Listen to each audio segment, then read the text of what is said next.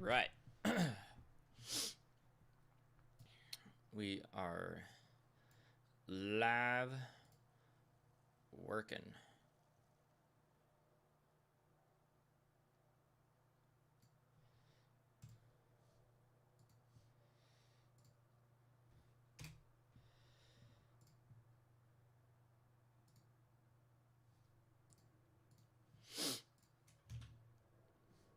Okay, let's see.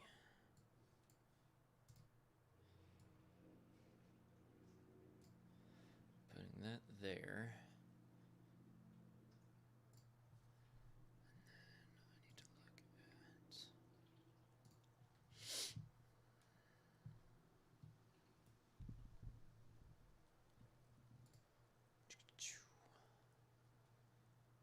Scooby-doo-ba.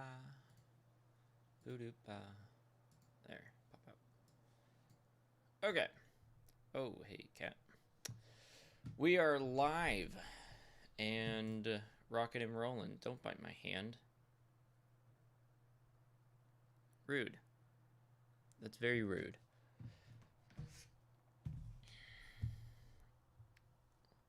Move. Go. All right. No, you're not allowed back there either. Okay, so we have today 4 shots that need to get done. That's going to be rather fun. So let's go ahead. There's one that I want to open up first, and that's this guy. I believe I am already mostly done with it.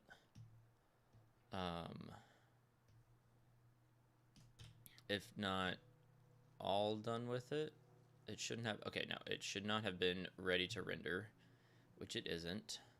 And then there's some painting that I need to do to fix it. So essentially this shot, I have to replace this logo back here.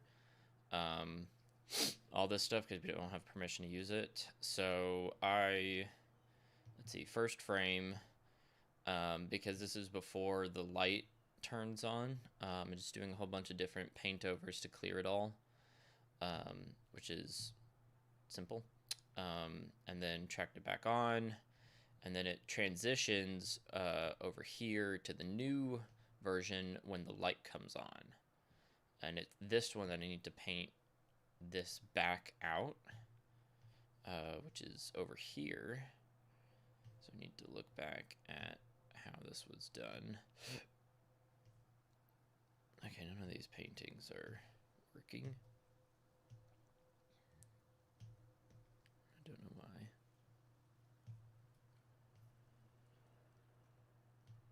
Oh, it's because it's on the first frame. Of course. Yeah, and then I need one more paint. And then we'll be good. Oh, need that, still source.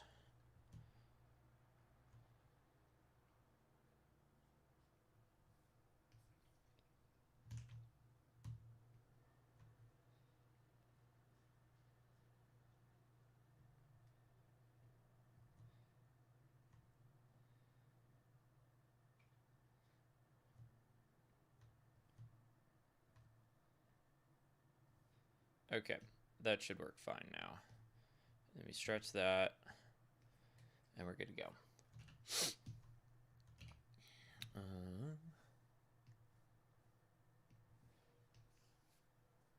That is as simple as it gets. So what needs to be done is I need to match grain with the original, which is always a super fun process. So let me do that real quick. And then honestly, this one's ready to go, and I just need to start on the second shot. Actually, what I might want to do is try to pull a Luma matte for the hair right here, just to get some of the fine details that could not have been grabbed. And I'm curious to know how that's going to work, or how well that's going to work. That's my curiosity. Because I can't get the U of A thing right here. Hold on, I'm getting a text. Who is it from? It's not a text. So if I can just grab kind of the finer details of this and just use that, that would be great. So let's do that, because we're getting a whole bunch right there, and we might just add a tiny blur onto it just so it's not super harsh. And then I want to control that with a Polygon Tool. We have it tracked, so let me grab that tracked dude. And let's see, we're starting on frame 1. And I think I need to have it come over here. Something like that. Let's do like that. And then this is the Polygon Tool. And I'm just going to grab this edge over here and complete it. And that might be too much. Yeah. I just want to get some of the finer details from that in here. So I can grab this guy, and because it's already tracked, I can just have this area be kind of a general, hey, grab the finer highlights from this, and use that. So this is already foreground only. That's good. We're going to put that in the matte garbage matte, or maybe the matte control. Would that work?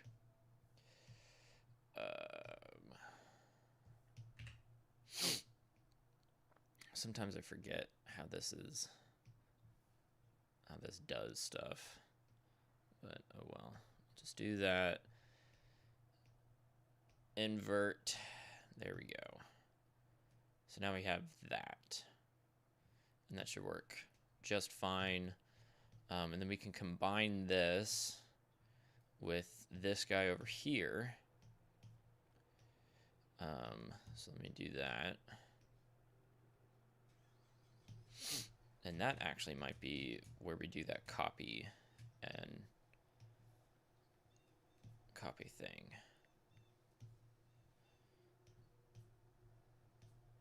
Maybe add.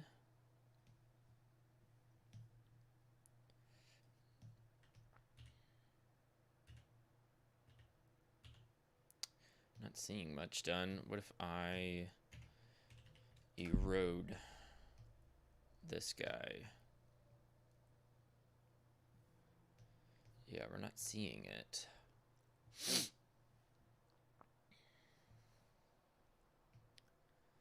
Oh, combine alpha, is that it?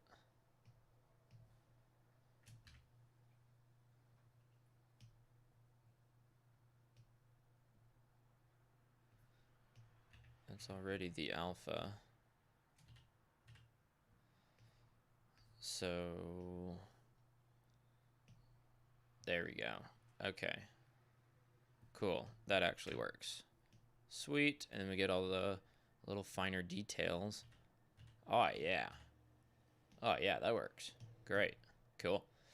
And to stick with how I usually handle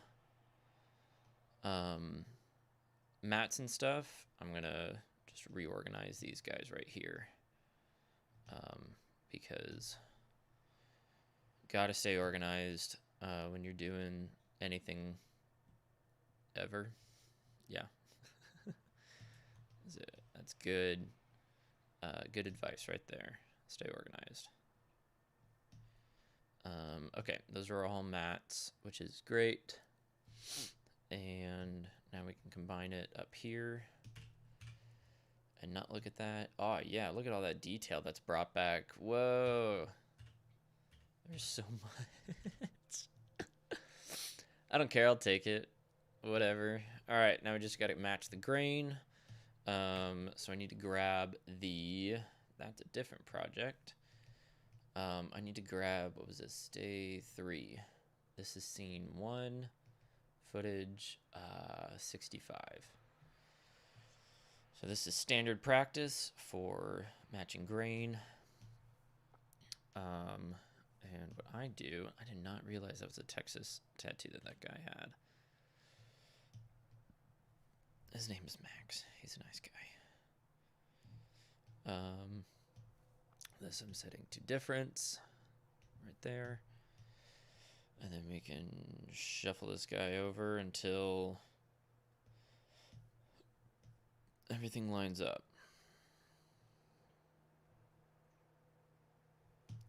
Looks just fine to me. So now we add our grain tool. This is always kind of the most boring aspect of VFX, is just adding the grain. But it's got to be done. And if it's done well, it is really, really good for making everything kind of work seamlessly.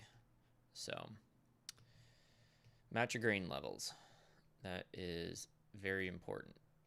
I realized that was the right folder. There we go. Okay. Yeah, so we want to grab, if we just show our darkest part,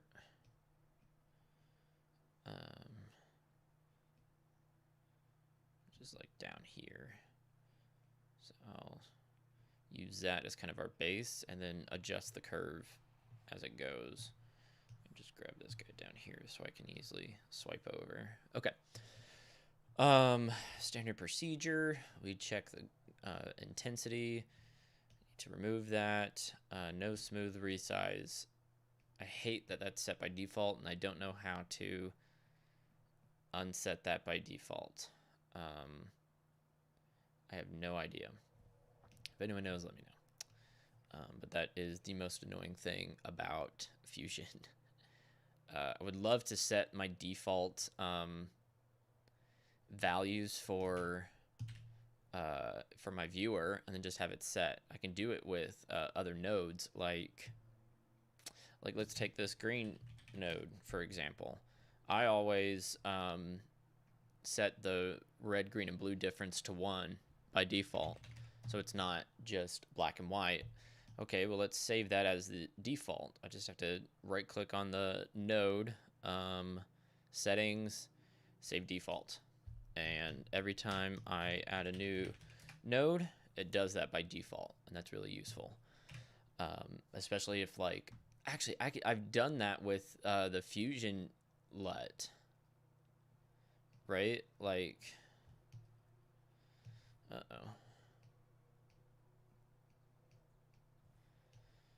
reset that accidentally. There we go. I've done it with the Fusion Viewer LUT, or at least with the OCIO one,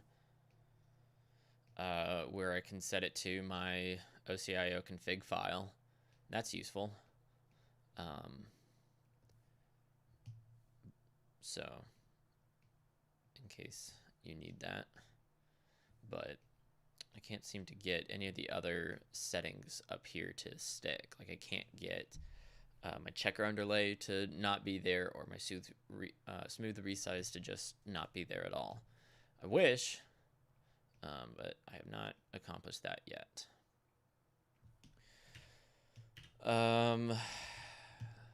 Let's see, and then I go in and change the curve of it. So I'm actually going to drag this puppy over.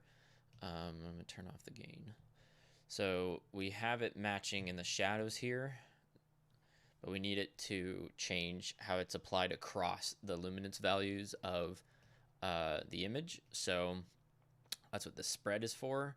I can set that and the lows, and then, you know, adjust these down here so we can see what it does. And there we go. Yeah. That really smooths out the whole thing. Actually, this thing really needs some more softness. So yeah, you can see the intensity of it smooths out over the distance. And the next thing to check is her face and make sure that that's good. That's actually too removed over here. So we can bring it back. Actually, I'm going to bring down that softness. It's a bit too much. Actually, I can even reduce the size of the grain, because it looks like it's small. And then we can adjust that. It's definitely not the most exciting or fun aspect of comping, but it does a lot in order to have an image sit right in your shot. It does a lot. Okay, so I'll count the red channel as good. So now we move on to the green.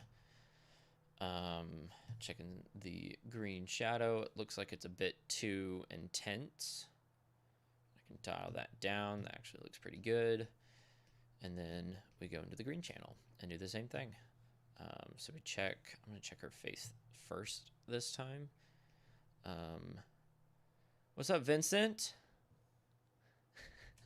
How you doing, dude? Thanks for checking in again. I appreciate it. Good luck driving and stay safe with that, because that's very important. I'll just keep talking because I'm really good at talking. Just ask my wife. Okay, that green looks fine. And then the last one we're going to do is the blue. So let's go into the blue channel and do those adjustments there. And then we're going to be just fine to move on to the next shot. We can cue this guy up and move on. I have been looking at, what have I been watching? FX PhD. FX PhD has some incredible stuff on just about everything. And I've been watching this VFX of the movie Race, which is about James Owens, I think that's his name. James Owens, who is an American athlete from World War II era. Is it Jimmy Owens or James Owens? James Owens, right? Yeah, Jesse Owens. Damn. Okay, Jesse Owens. He is an athlete who won, I believe, 4 Olympic gold medals in the 1936 Berlin Olympics, which is really cool, especially for a black guy from America. So I've been watching this movie that was done about him and the visual effects for it, and it's insane the kind of work that had to be done. It was something like 756 effect shots, 500 of which are set in a stadium that is no longer an actual stadium. So they had to completely rebuild it from scratch, which is crazy. Not unheard of, it's just crazy. And then what they decided to do was not shoot green or blue screen. They said, hey, we're going to completely rotoscope this movie. We're just gonna rotoscope it, which is insane, because this is a bunch of high motion blur athletes running, just running. And then if you've ever had to roto people running, that motion blur is insane to have to try and fix and adjust and get correct. And oh my goodness, that is a lot of work. So it was crazy to see that, and just the insanity that is visual effects. Yeah, it was crazy to see. So good job to the team who did it, because it was really impressive. Um, yeah, so I'm just watching through how they rotoed, how they matched motion blur, and then even after that, they had to go in and make sure that the new motion blur matched the old motion blur. So that was crazy to see. Um, yeah, it's a lot of work, a lot more work than I had thought. Um, so cheers to the team who did that. It's impressive. You guys are monsters. Well done. And I appreciate getting to watch all of that. I love visual effects. Movies are cool. I'm a nerd. It's great. It's great. Okay, I need to send this to render, and in order to do that, I copy the name. What time is it? It is 11:04. And I'm just ready to get these shots a rolling. Okay, we got that.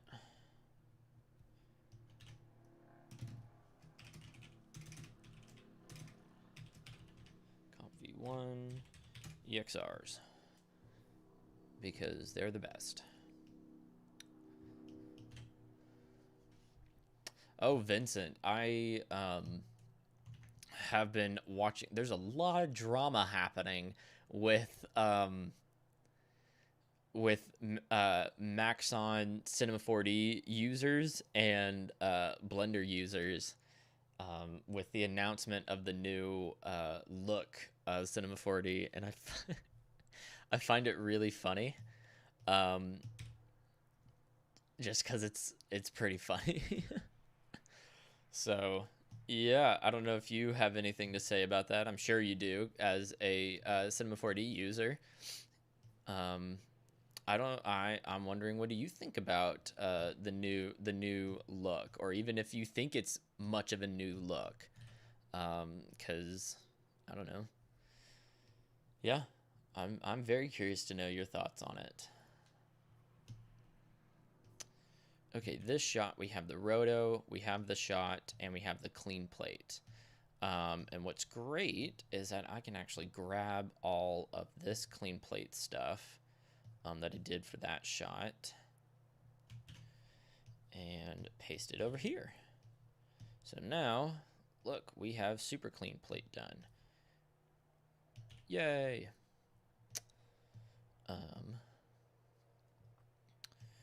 Yeah, I don't know what I think about the new look for Cinema 4D. Honestly, it looked like Cinema 4D, and Blender just looks like Blender. I didn't think it was that much of a change.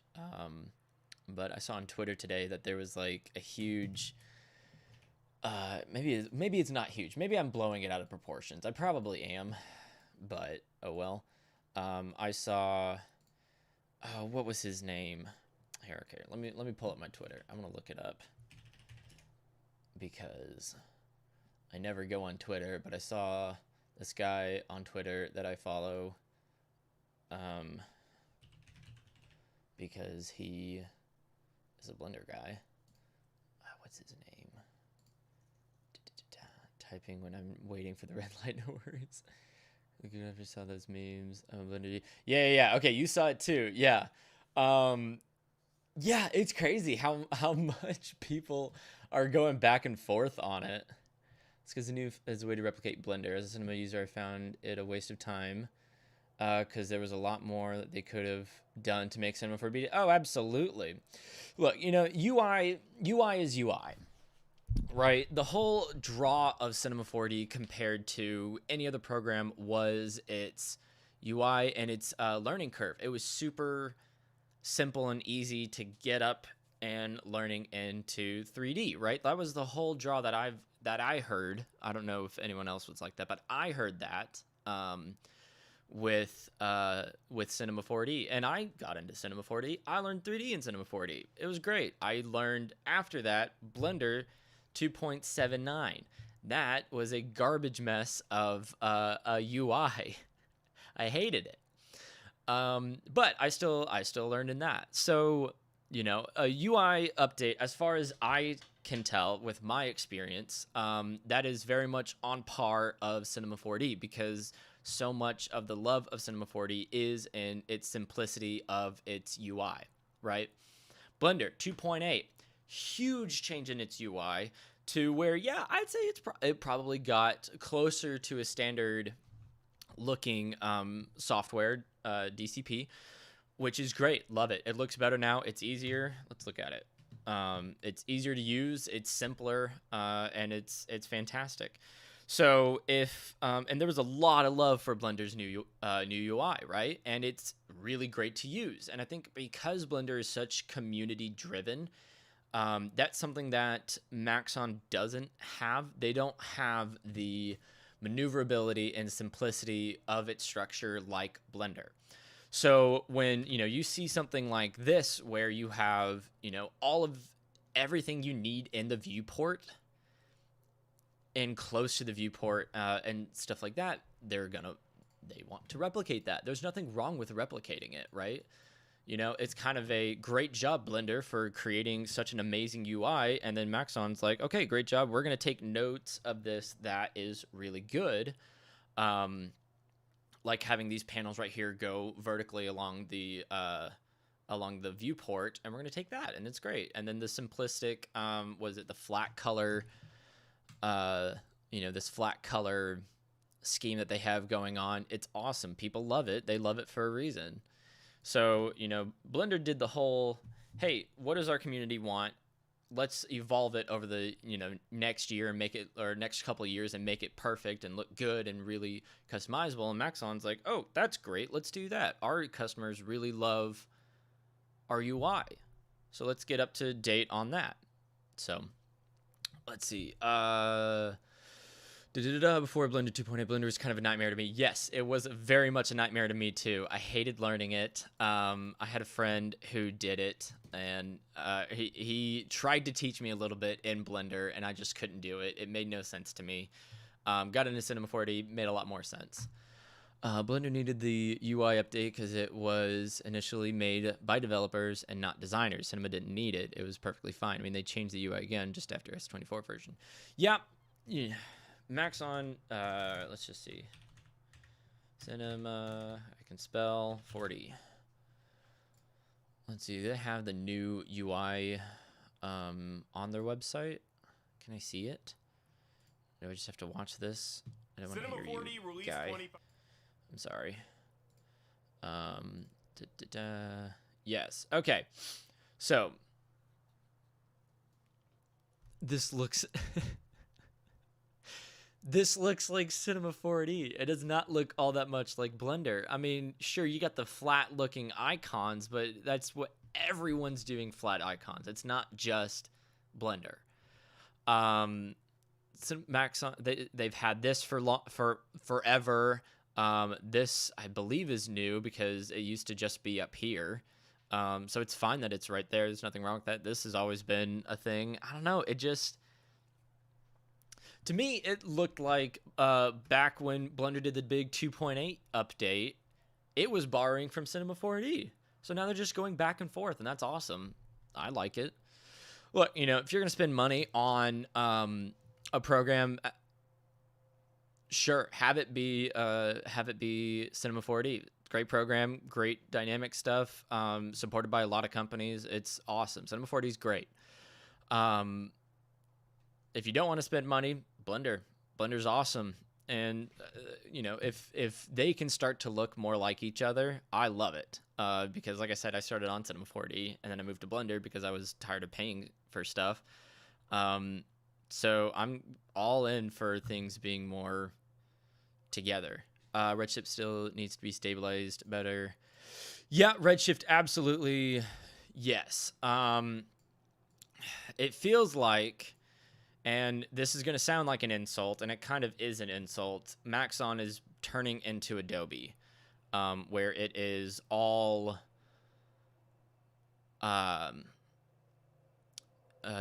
subscription-based everything, and instead of working on stabilization and making things, work, they're just focused on, okay, what are the new features that we have? We got to keep pumping out new features. That's I don't like that. I hate Adobe. I hate using Adobe. I've completely stopped using Premiere outside of this movie that I've been working on, and as soon as I'm done with it, which should be done by the end of this month, I'm done with Adobe, except for After Effects, which I will be using for UI and animation like that. Everything else, Fusion, because I'm just tired of the instability of Adobe. And yeah, Redshift, first off, Redshift, great product. I've never used it. I've always just stuck with the unbiased renderers. So I've never used a biased renderer, but everything that comes out of Redshift that I've seen, gorgeous. It's fantastic. Great job. It got bought by Maxon, which I thought was going to be really cool. And then, yeah, they're going the Adobe route, which is not very fun. Hopefully, like I said, I've never used Redshift. Hopefully it will continue to grow, be better, and more stable. That's the big one, because my God, I'm tired of having unstable software. And that's just super annoying at this point, right? Where we have access to being able to do anything right now. We can do anything except make it work, because none of the software is stable enough to make it work. That's annoying. But here we are. Okay, that's my rant. No one asked to hear it, but I said it anyway. Oh well, here we are. Okay, let's get this shot going, because I need to get it going. Okay, that's our roto, and that's our actual shot. So I need to track this guy, which is going to be interesting, because it always is interesting tracking this. I'm just going to preview it for a minute. Yeah. I want to try Redshift for Blender. I feel like that would be really cool. Gotta get my wallet out of my back pocket, because that's annoying. I want to try Redshift for Blender. I don't know how stable it is. Redshift at a point to me was better than Octane, but now it's Arnold and Corona. I've heard a lot of great things about Arnold and Corona. Yeah. I've heard Arnold is slow. Not as slow as other renderers, but yeah, I've heard Arnold is pretty slow, but it's still great. I mean, it's production software, right? Like, it's good. And then Corona, I've never used Corona. I follow Corona on social media, and they post incredible stuff. Great job, Corona. Your stuff looks incredible. V-Ray, I've heard positive and negative things about V-Ray. That it's too complicated, like unnecessarily complicated, but at the same time, it's, complicated because it's a biased renderer, or it's an unbiased. No, it's a biased renderer, and biased renderers are always complicated because they're just tweakable for shaving seconds and maybe even minutes off of a render. So V-Ray's cool. I've never used it. I've only used Cycles and Octane and the physical renderer in Cinema 4D. And I find them, I love Octane. I think Octane makes incredibly gorgeous stuff very quickly and easily.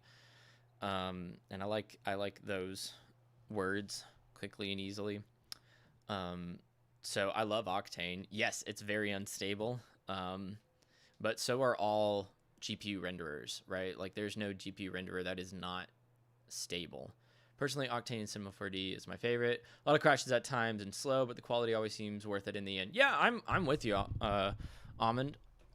That was the the setup that I had, Cinema 4D and Octane, and it was great. I love it. And then when I found out, Octane for Blender is free, and I get to, and I personally think the modeling in Blender far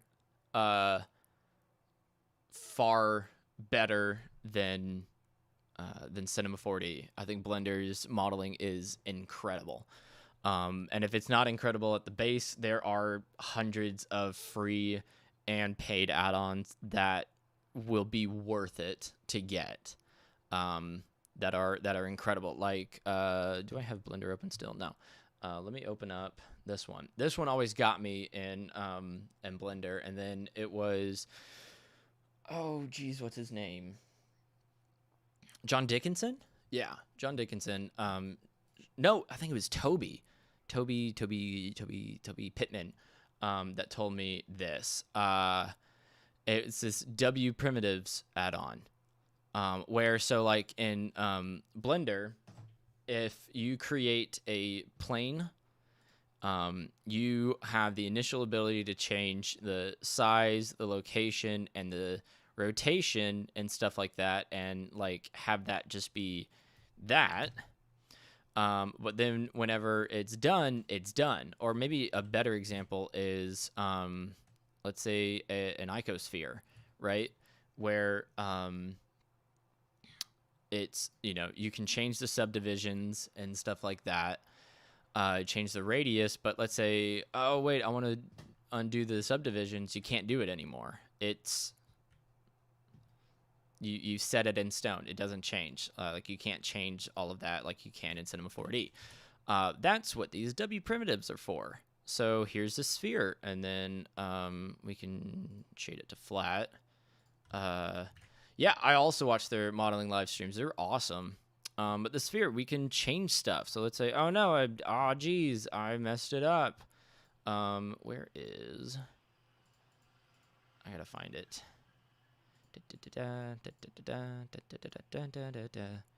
I am finding out how I do this. I actually have never used it, but that's okay. Here we go. You can change the divisions of it after the fact. How cool is that? And then when you're ready, you just convert it to a regular mesh, and then boom, you're ready to go. Look at all that. So it's super useful. Yeah. Let's see. I'm new to 3D World. I've learned Blender for some time, and I'm choosing Houdini for VFX and simulation. Okay, so a new Houdini learner. Yes, I have a suggestion.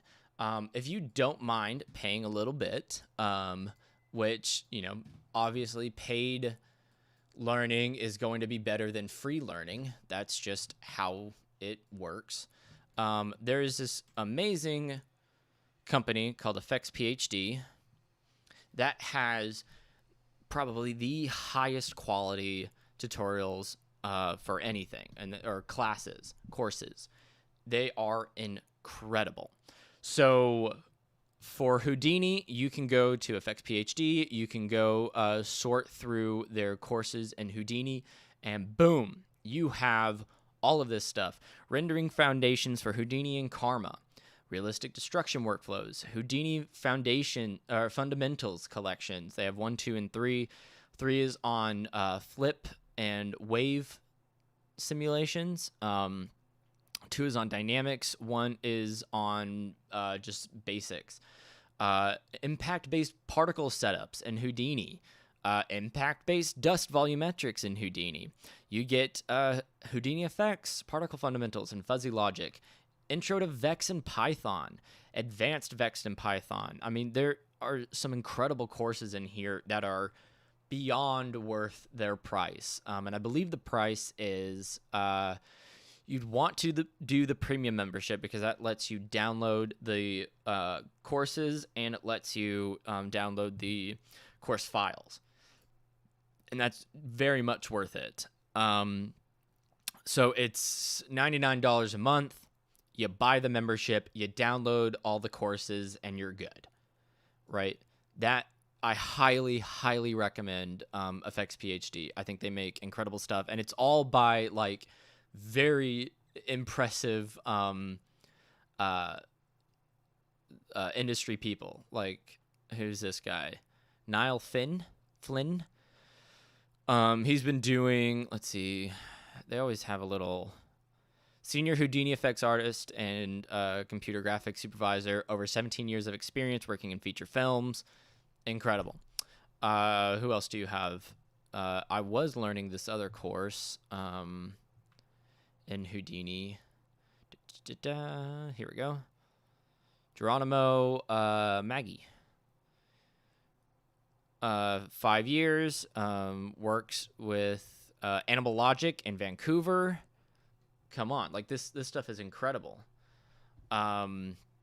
So I recommend, if you're doing effects stuff for VFX, highly recommend Effects PhD. They make great stuff. I've been like full forcing going into the compositing for it, all in Nuke, because Nuke is the best, and the stuff that they have in here is amazing. Alex Fry, he was the either the compositing soup or the visual effects supervisor for The Great Gatsby, and so he talks about some of the techniques and effects that they use in here. Victor Perez, one of the most amazing speakers on all of that. It's amazing. And all things Nuke, he's fantastic. Love him. Yeah, so there's some incredible stuff that's in here. I love it. If you're gonna do this, I would also recommend Photorealism and Compositing by Victor Perez. They are incredible courses. So if you're gonna do VFX, I highly recommend Effects PhD. Really great stuff. I love it more than anything, and I've been completely saturated by the stuff on that. Okay, let's see. The bike modeling. One is something I'm enjoying at the moment. Yes, sorry, I'm going on ramps. Yes, the Indian Scout Bobber, gorgeous, the most beautiful thing I've ever seen in 3D, and I kid you not, it's the most perfect modeling I've ever seen, and it makes me cry. Of course, that's best known for motion graphics and Houdini. Yes, I know one that is really good. I believe it's on School of Motion. Especially if you know Cinema 4D, I believe this one's really good. After Effects. I think it's School of Motion. This guy who did, are those all of it? Okay, so maybe that's not it. Maybe it's motion design. Maybe it's this one. Courses. Generalist. Oh, maybe it is this one.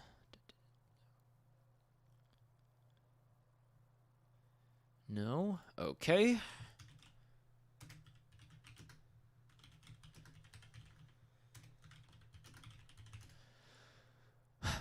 I will find it. I will find it.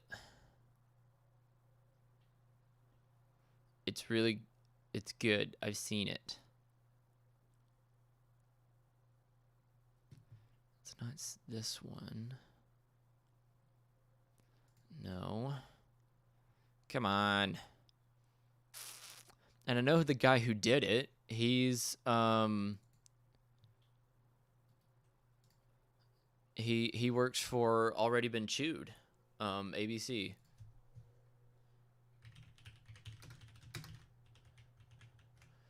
He's awesome.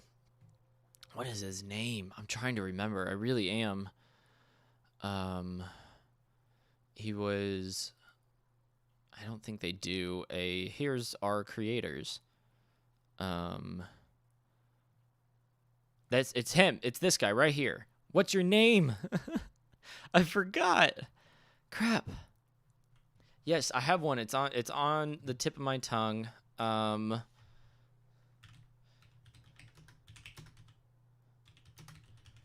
Maybe if I do this. School of Motion.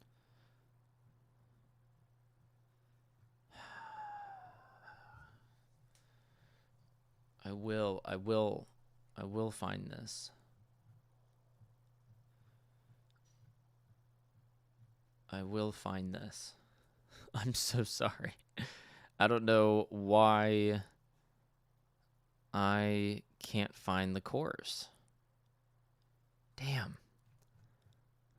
What was it?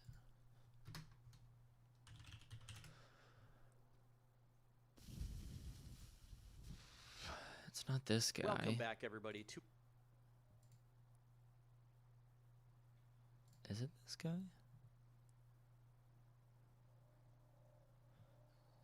I thought they had show notes on this. Okay, I'll have to think about it. I cannot remember. I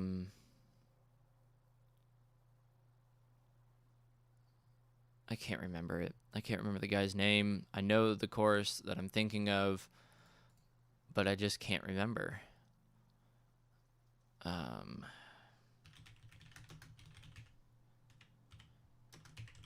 It was like a...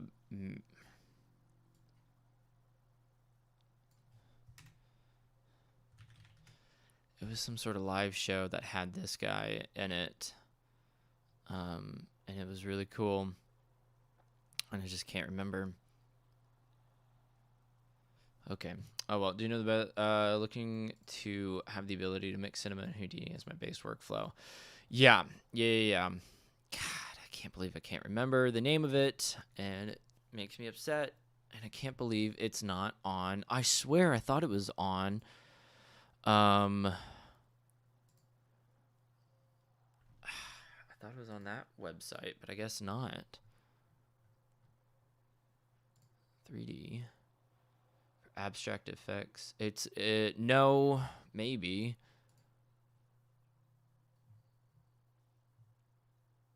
Where is it? GMA, motion graphics, abstract effects.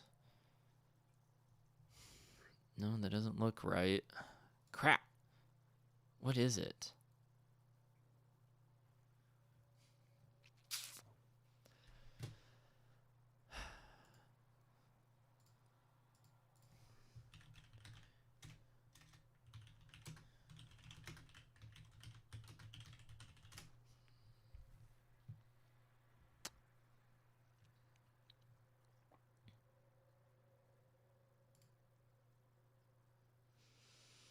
None of these look right.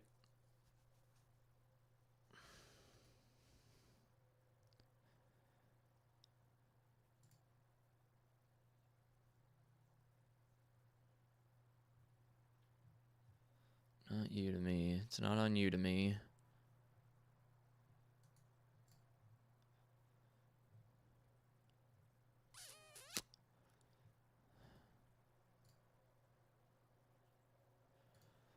Oh man, I feel dumb. Crap. I don't know. I'll have to I don't know, search for something on it. I can't believe I don't remember it.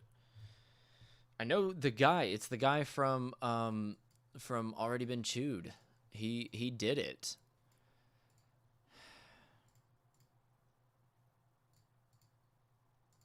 It's that guy. I can't remember his name. I remember seeing him in some sort of it was at his desk showing off stuff that he knew, and then the course, maybe it was on Side Effects' YouTube channel.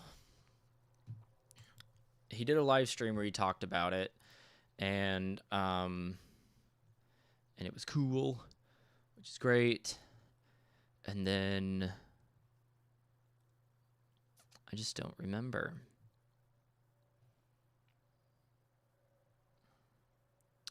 Wow. Side Effects' YouTube channel is awesome. It is really awesome.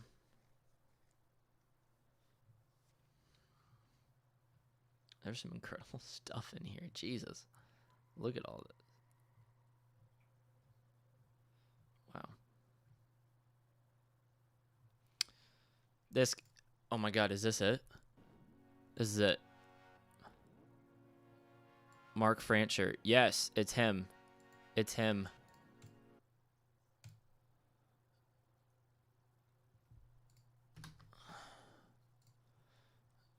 He has a course. I know he does. I think. Maybe. I thought he did. No. Maybe it wasn't. Maybe I'm just confusing him for something else. I thought he had a course. Damn.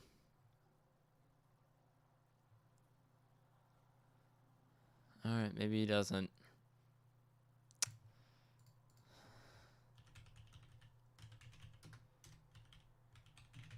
Maybe Grayscale Gorilla has a good course on it.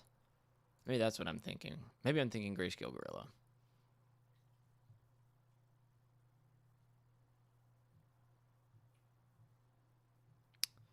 There's like a intro to Houdini. Getting started in Houdini. Maybe this is it.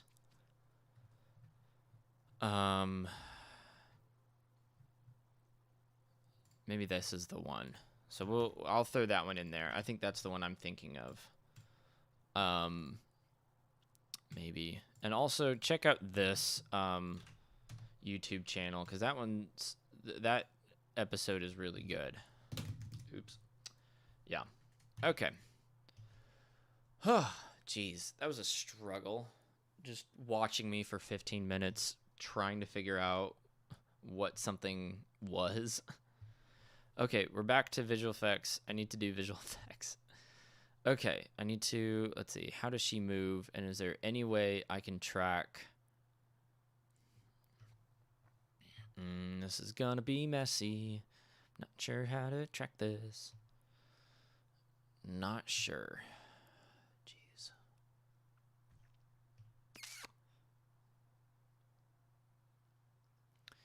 Might as well attempt.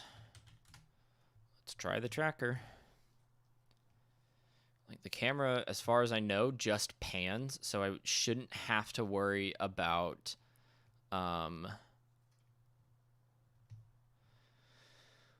rotation. So we'll try this.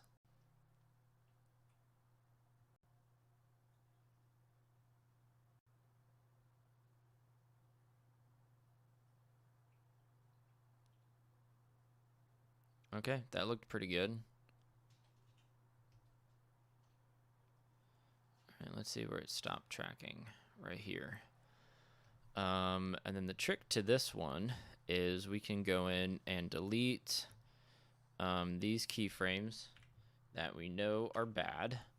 And then I can change this to track append, which I will do. And I'm going to move it to this little blob right here. I would be really impressed if it tracks it. Oh my god, it does. Good job. And then there's nothing else to track, so we might just have to hand track the rest of it because there's just nothing else. Okay, everything after this frame is bad. Okay. Well, that's our track. What's up, Cap? So let's go ahead and keep this going. We have this guy, and what is this? That's the roto. So let's grab that one. He needs to go down there. We need to roto out this.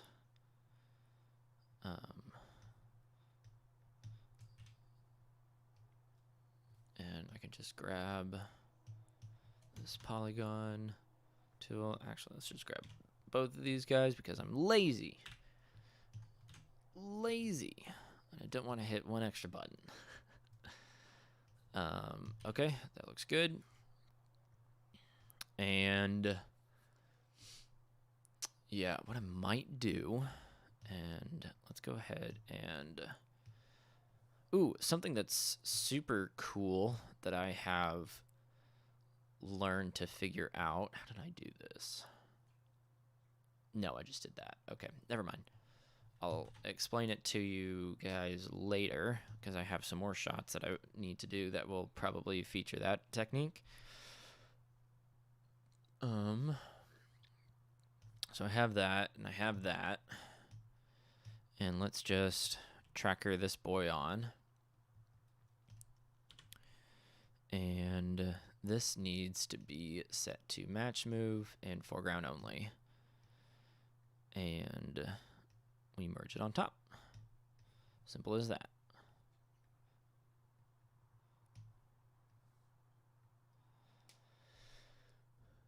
Already, that looks pretty good.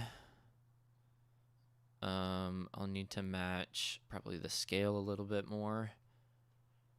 Let's increase that scale. And then let's also increase the levels. I believe this one has those levels. So let's do that real quick. Yeah, that looks good. And then I can do this right here, which is there an alpha in this? No. So I need to take the alpha from the red channel, and now there's an alpha. What's your learning style? Can you share with us? Sure. It is as, you know, as crazy and wild and non what's the word? Concise? Maybe? Yeah. Learning style. Man, I've never been asked that question. Let's see. I have kind of been on hiatus from social media sharing what I do because of two things. I felt like I was at a point where I need to learn more, and I am not at a point where the artwork that I'm putting out is as good as what I think I should be doing. So I've stopped doing that, and I've been, I don't know, the past couple months, just been in a deep state of learning as much as I can. So what that consists of is finding a topic that I want to learn about and learning about it, I guess. Like, so what was it? Two years and 3 months ago, I started working in visual effects for a company, and I thought I knew stuff. Turns out I didn't know shit, and I learned a lot. I learned quite a bit, and that was great. That was fun. I learned a lot. And I'm back to a point where it's like, okay, I think I know a good amount of stuff. So let's start searching for things that I need to learn. I need to learn compositing, because that's what I want to do. I want to be a compositor. I love compositing. It's my favorite aspect of visual effects, and so that's what I want to do. So I have just been constantly searching, okay, what in compositing do I need to learn? Well, if I'm going to be compositing for someone like ILM, I need to learn Nuke. Okay, let's find some courses on Nuke. So, and then that just gets the ball rolling. What do I need to learn? What do people I know, what courses have they learned or used? And how do I do that? You know, what is, yeah, I really want to learn what people that I look up to know. So that's been a fun thing to try and guess. And then I learn it. And then I, you know, as for me, I do effects PhD now, because it is, I think, the best place to learn visual effects. They do high quality stuff, really, really good stuff, and it's amazing, and you can download the courses, and you can get the files, and it's awesome. So I've been really enjoying Effects PhD, and then just all of the stuff on there. So I found a repository of courses that I wanted to learn, that covered topics that I wanted to learn, and then I do it. And then what I'll do is I'll go back and take what I've learned from that and do my own shots that I want to do, right? So let's say, you know, you have this shot right here, which is in there, something you can do. It's a look dev with Maya Nuke. So shot like this, you bring a car in, you track it, you render it, you comp it in. Awesome. Well, I want to do that. So I go out and shoot my own thing, take the concepts that I learned from here and apply it. So it's find a topic that you really want to learn. You find a good, reputable source to learn it from, and then you replicate that with your own shots. And that's what I want to do. That's what I do. So there you go. My learning style, told very loosely. And yeah, that is how I have started to learn. And then there are concepts that I take from shots. So I'm using Fusion right now because I'm not able to pay for Nuke yet, because that's a lot of money.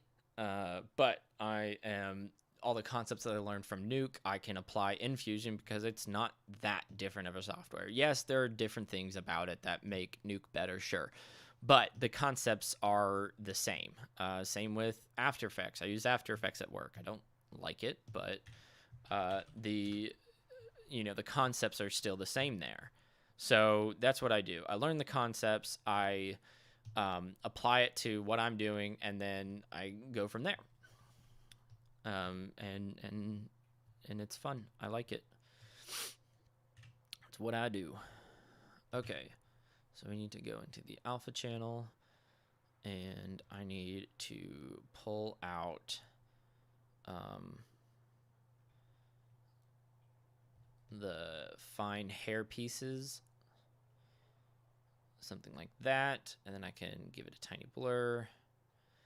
I still think if you ever want to get in compositing, I know we're talking about 3D right now, but if you want to get into compositing, I just closed that. I need to stop closing all my tabs because I do that a lot. If you want to learn compositing, in my opinion, the best compositing course to learn first is Photorealism and Compositing by Victor Perez. 5 hours, 3 hours. These are some of the best, most informative, and most amazing beginner concepts of compositing that I've seen. Plus, Victor Perez is awesome. His story is really cool. So I recommend, if you ever get a chance, check that out. If you're into compositing, I very much am. I love compositing. So there you go.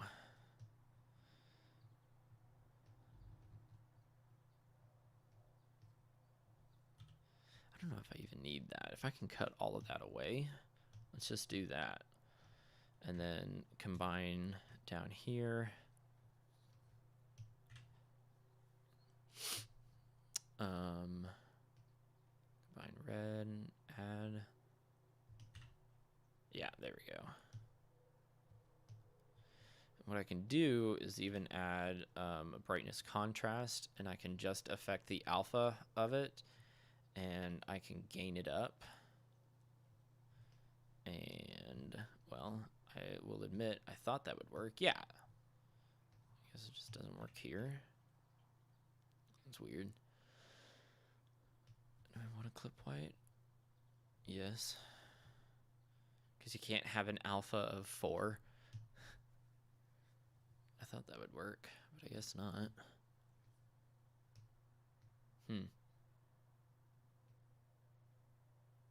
Oh, it's because of the combine thing? Combine alpha. There we go. That worked. Okay, cool. Now we have that. And then should I pre and post? Might as well. Can't hurt. Okay, and then I am going to add a little bit more of a blur because it looks a little rough. And so does this guy. So add a little bit more of a blur. Okay, so we got some of the fine details of our hair back, which works. That's awesome. So the biggest thing now is to check to see if the tracking works. Let's find out. We'll just hit play and see what happens.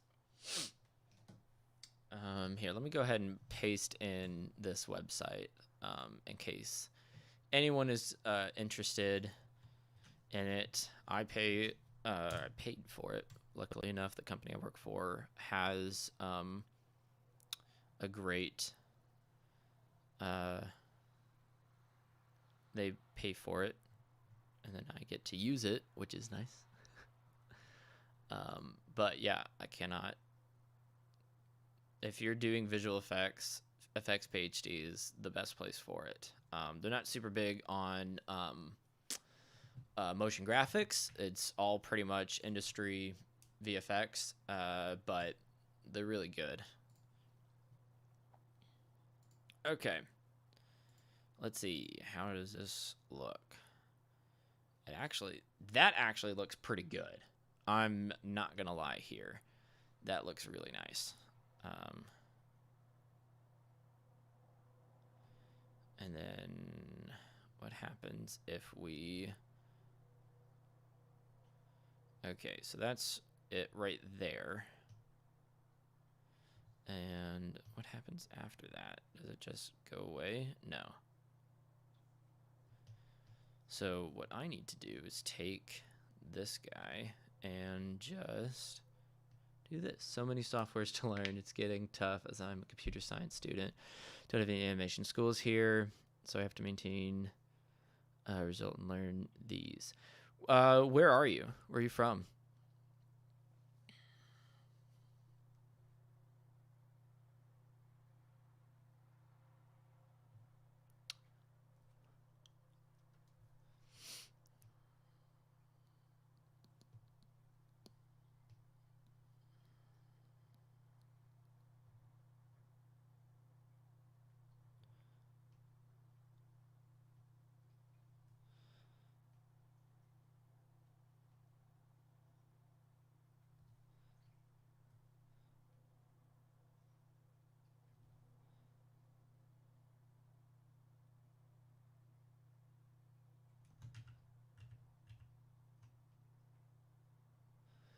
Bangladesh. That's cool. Yeah, I unfortunately do not know much about the scene as far as visual effects or animation schools in Bangladesh. But luckily, with the use of the internet, like I didn't go to school for visual effects. I went to school for filmmaking, but we did not learn visual effects. That was something I did on my own time, and that's the job I have. Computer science, honestly, as a base, is incredible if you're going to do VFX, because what did Pixar start with? They started with Ed Catmull, he was a computer science major out of, oh my goodness, UT? No, MIT? Crap. He was a computer science major, and then went on to create not only the first, CG rendering of a hand, but the most successful animation studio of all time, right? So having a computer science degree actually is something I kind of wish that I have or had or something like that, because there's been plenty of times where I've done visual effects and I'd be like, man, I don't understand this concept. And it's something that having a background in computer science would really help me with. So computer science, awesome. That is a great background to have, especially if you're going to do something in animation, be like an animation technical director or something like that, right? So having computer science does not hurt you at all. Animation and VFX, that can come second. It really can. Like what Mr. Foria is saying. It's something that, even I am able to learn outside of a school, right? So I recommend stick with that computer science degree. It's going to be a great foundation. And then if you're going to do visual effects, it'd be great to know what you want to do in visual effects. What do you want to do in VFX? Do you want to be in simulations? Do you want to be in compositing? Do you want to be in 3D modeling? What do you want to be in animation, like animating? What do you want to do?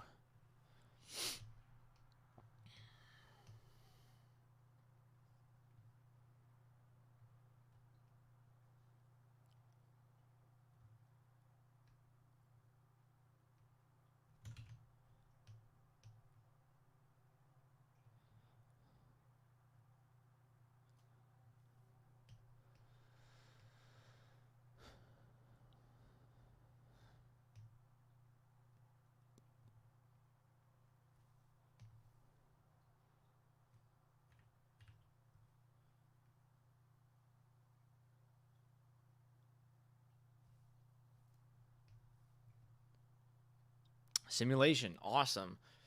Then, wow, having a computer science background for that is going to be fantastic.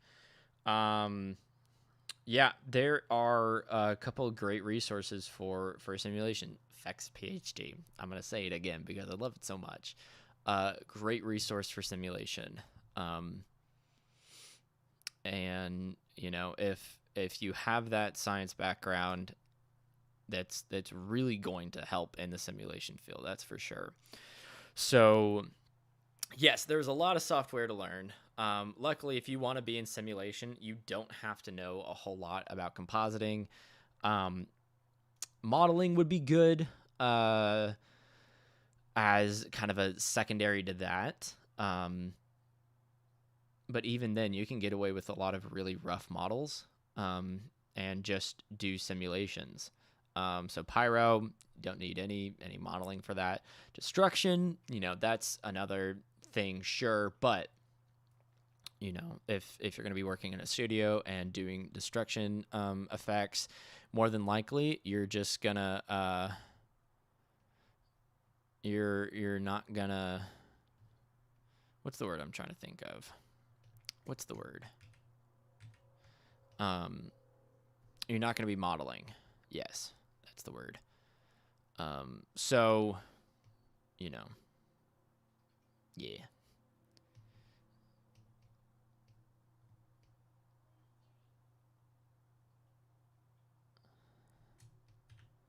Okay.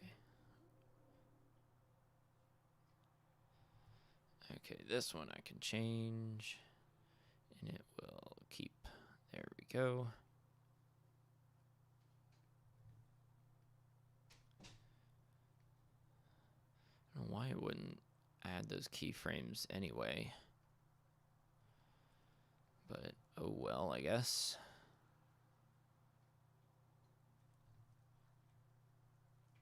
Certainly through stuff from the internet as I am in the last year of my college. Sweet, dude. Congratulations on the final year of college. I remember mine being filled with, oh my God, what am I doing? It's already here and done, you know? So it's, yeah, I think finishing up that computer science degree is going to be good. Learn VFX on the side. That's going to be good as well. And yeah, you're going to be golden, dude. So that'll be great.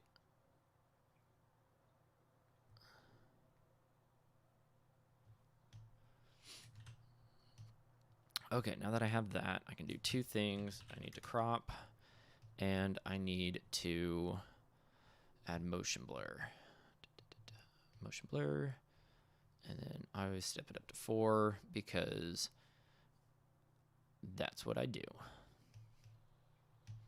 All right, let's go ahead and watch it and see how it looks. Yeah. Whew. What's your opinion on Rebel Way's Houdini course? Ooh, yes. Rebel Way is another great one. I've never done a Rebel Way course. They're a bit out of my price range, but they do look great. Their YouTube channel is also really nice. I really like their YouTube channel. Have a lot of really cool stuff in here. Actually, you know what? That's a good point. Rebel Way would be a great place to learn. They have some really great stuff. So let's see. Yeah, some of the courses that they have are really cool. Do they have one on? Have you ever wondered what a blockbuster movie or game would look like without visual effects? No magic spells from your favorite wizard. Just okay, this is just their Houdini. Kind of. Yeah, these guys have huge stuff on Houdini. I've heard great things about Rebel Way. So if you're gonna do Houdini, let's look at their courses real quick. Yeah, how much is this? I'm afraid to look. Ooh. Ooh. Yeah. Okay. They definitely have a large price. It's definitely they definitely have the price.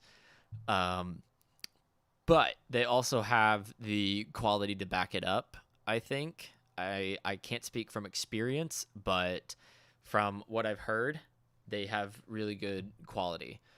So, yeah. Oh, what? They have a free one? Okay, I want this one. No way. Oh, these look gorgeous. Oh my god. Okay, I will be doing this one. I didn't know this was a free course that they had. That's cool. I will learn that. Yeah, here, I'll copy paste it. Why not? Yeah, Rebelway's cool. Actually, that's probably a good secondary place that I would, or not secondary, that's another place that I would recommend learning VFX in. Rebelway. Really good stuff. I very much agree. Okay, let's see, how does this looking? Oh, it looks good. No need to change anything. It looks great. We're good. I might want to adjust some of this stuff because it's not super matching right here. Yeah. So let me go in and do that.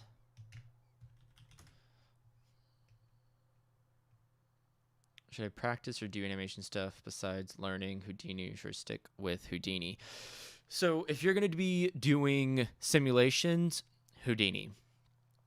That is all you probably need because more places are looking for Houdini artists than probably many other places. And stuff that you know in Houdini is awesome. Houdini's great. If you're going to learn a software, if you're going to learn any software, it would probably be Houdini. Blender's great for setting stuff up because one, it's free. Two, it's way easier to model in it than in Houdini, that's for sure. So if you need to do basic modeling and stuff, you can do Blender and not pay any money, which is great. But yes, I would recommend. I would recommend just doing Houdini. Houdini's great. It's awesome, and I need to work on that because I love Houdini. I hate and love Houdini. That's just how that is. So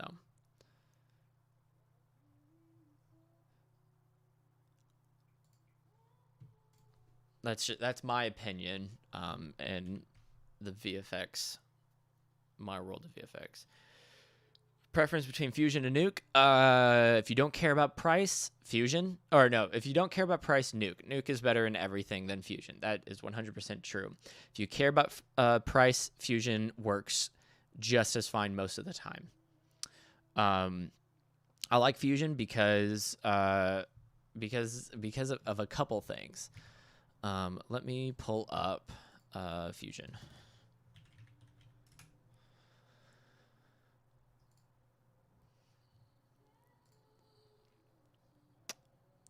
You can get this is what's super great. I don't know how many people know this, but this is what is super great. You can buy, actually, let's just go into B&H. You can buy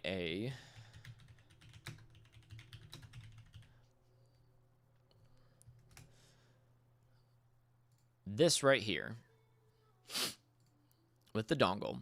You can buy this Blackmagic Design Speed Editor, which is this cool little editing dude, for $295, which comes with a dongle that lets you get Resolve, which also works for Fusion. So for $300, you get a little editing surface. You get Resolve, which is the standard for coloring and is a really good editing, NLE, nonlinear editor, and it's really good at audio. It's got Fairlight. and you get Fusion Studio in it.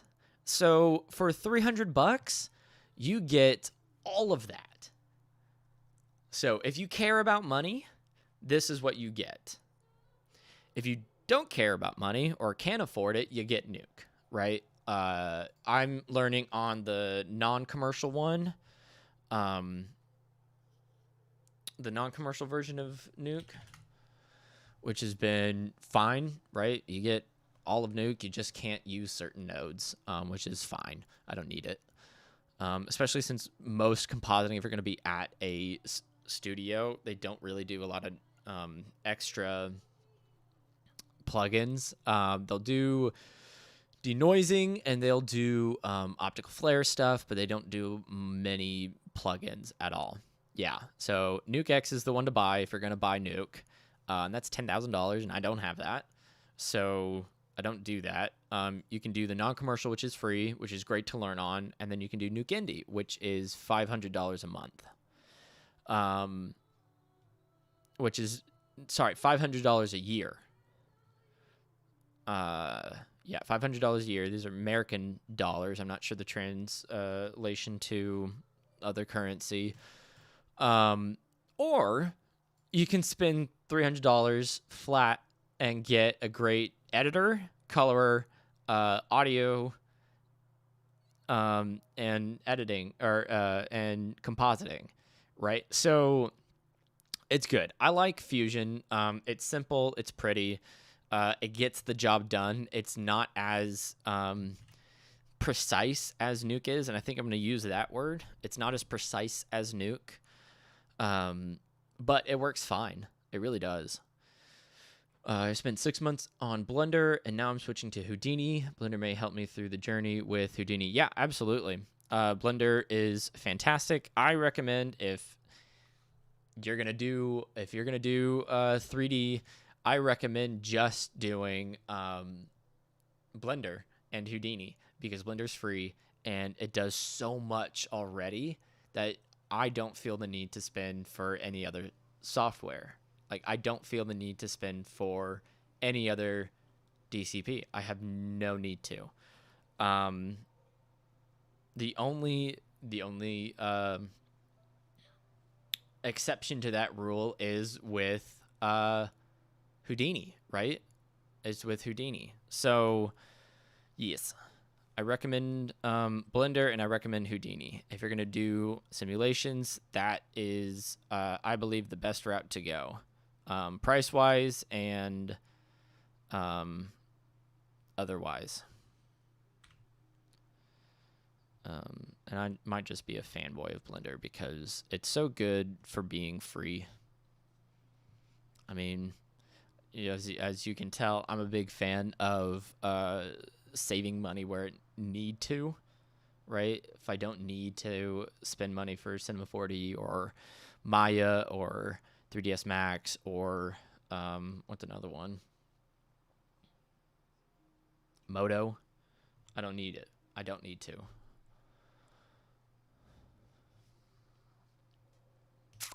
Okay. What was I doing? I was going in here and adjusting the colors on this to match because of the shadow here.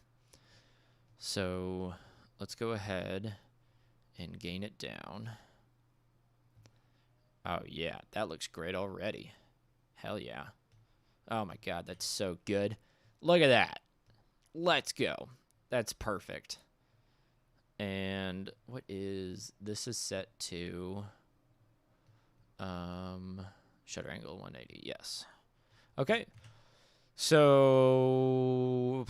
we're pretty much done with this. I just need to add the grain and then save it, which is really useful. So let's go! Add grain. Gorgeous. Save it. So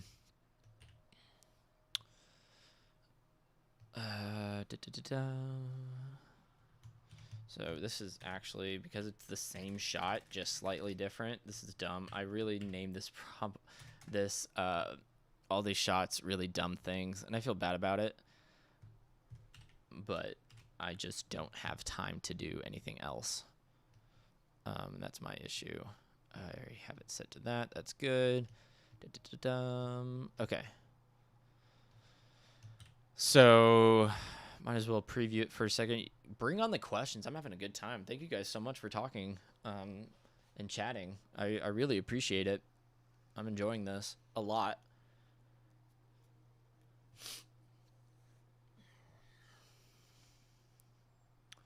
Yeah, honestly, like, that's working really good to get the hair out of there. So thank you. Her name is Laurel. She's the lead in this short film. Thank you, Laurel, for having really light hair that's easy to luma key. I appreciate it. Thank you.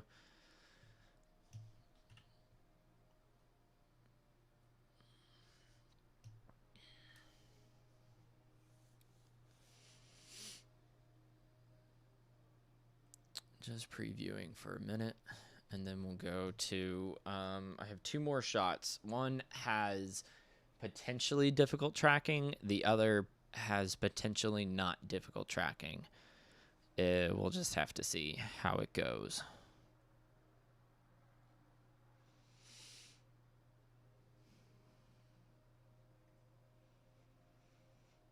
Yeah, that works really well as just a replacement. Hell yeah, love it.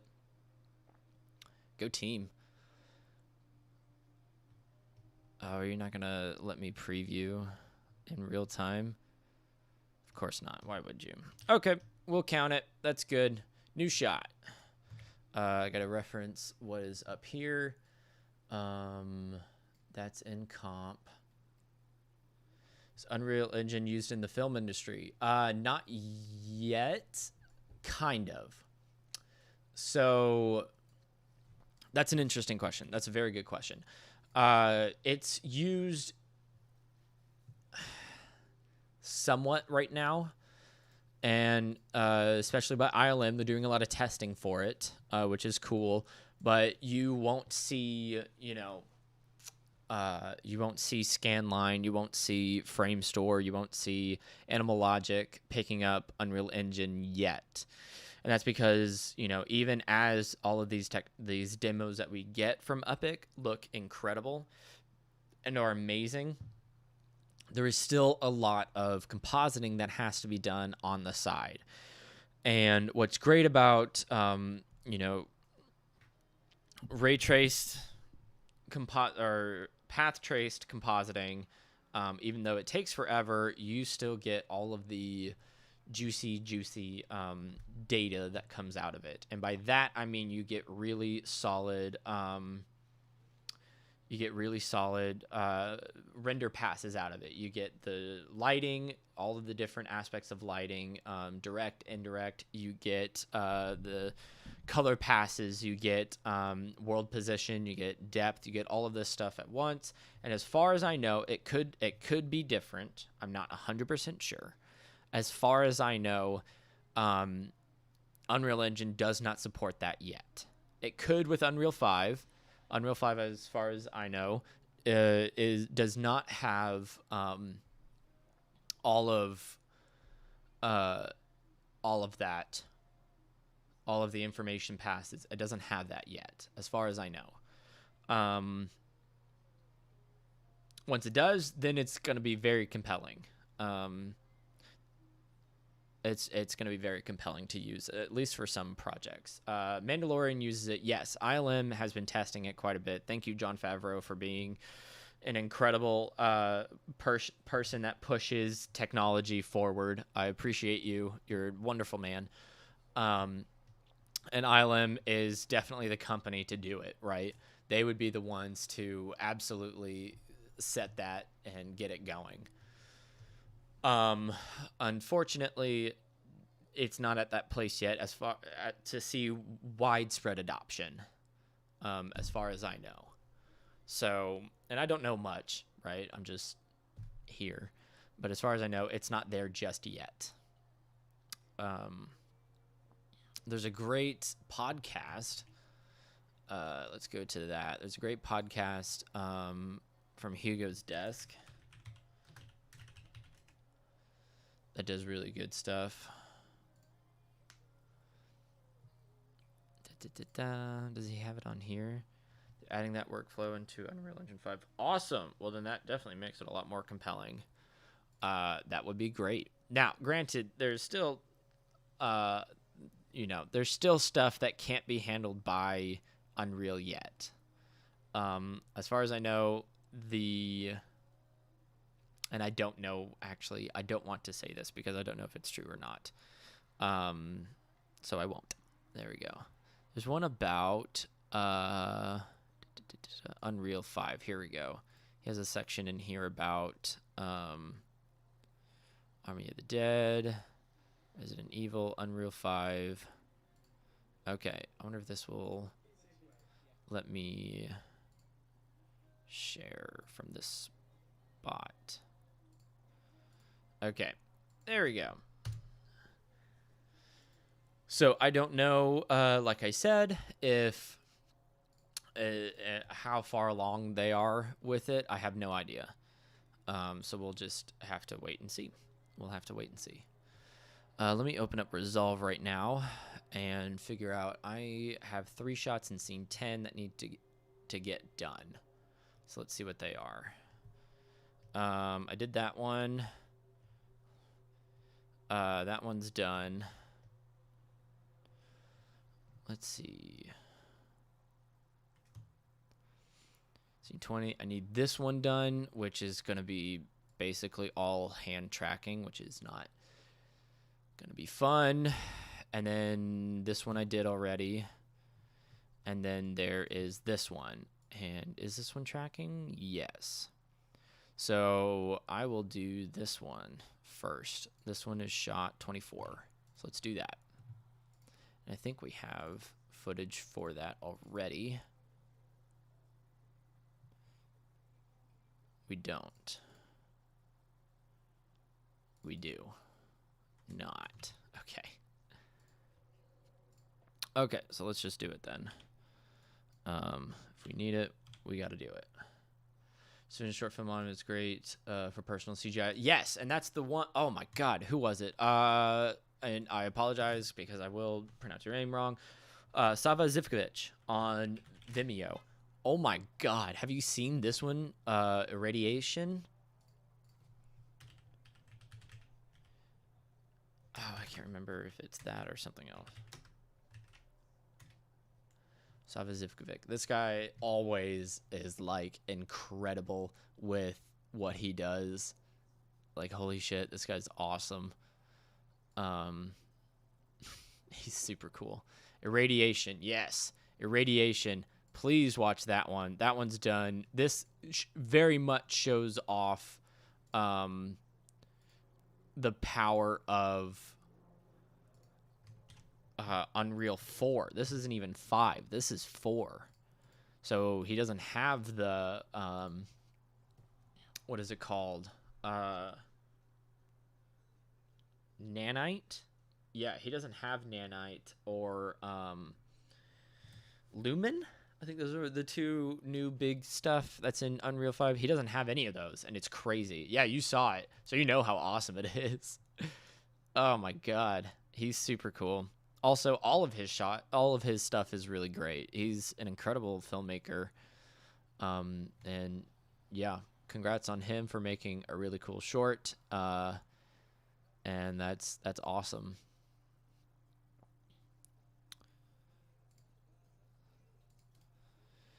When Unreal 5 comes out, I will dive into it to learn about it for film and VFX because it's a really cool program, and I'm all in for learning really cool programs, right?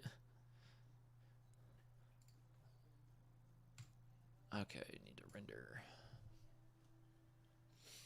I'm thirsty. I'm gonna get some water. You guys get some water. I will be right back. Yes.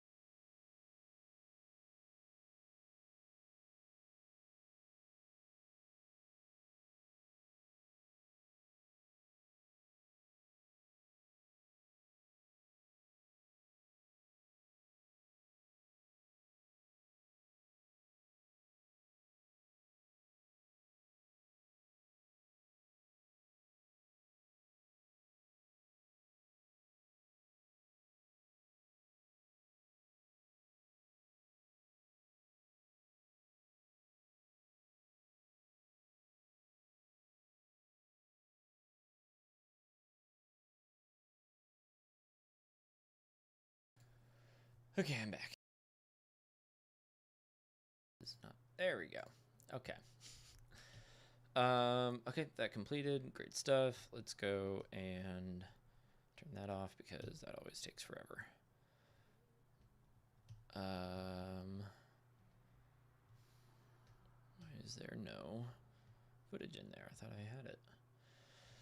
The motion capture he did in short was phenomenal. Yes, he always has great motion capture in all of his stuff. He's an incredible person, and makes some really great things. So good job, sir. What? Where's I just rendered it? You guys saw that I rendered it. There we go. Okay. I don't know what's up with that. Okay. Sweet. Let's do this.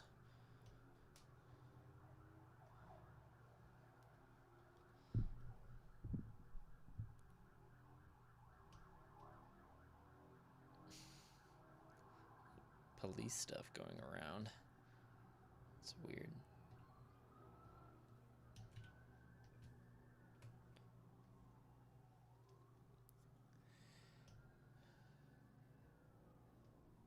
There we go. Okay, so for this, I probably just need to do a planar track, which the planar tracking in here is funky, to say the least. So we'll work on it together.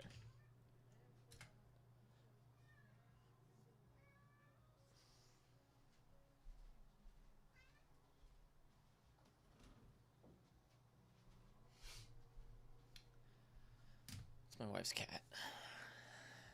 That cat's crazy. Okay.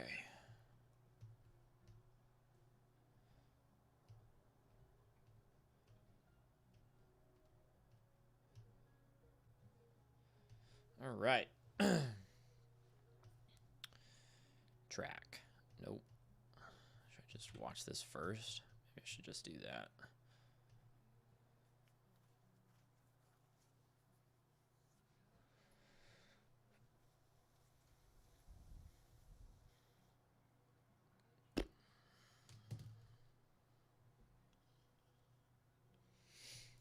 I'll be doing more compositing tomorrow.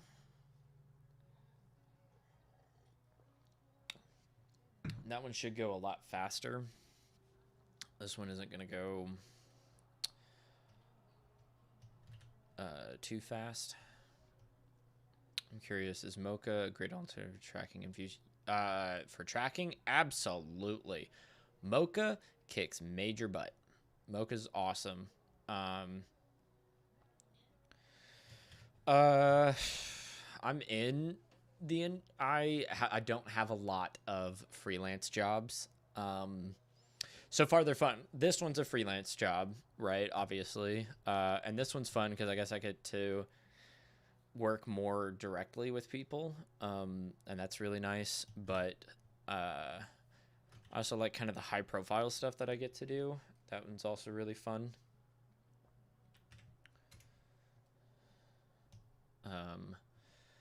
Mocha is the best for tracking, planar tracking. Absolutely.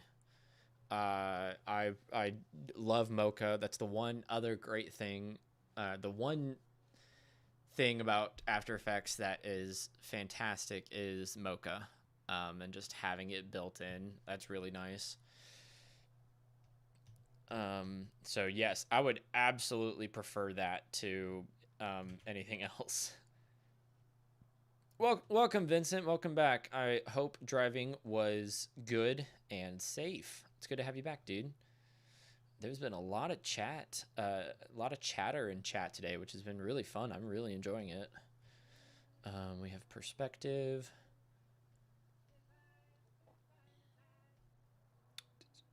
Sure, Luma's fine. All right, let's get to tracking, y'all. Was that track to the end? Yeah.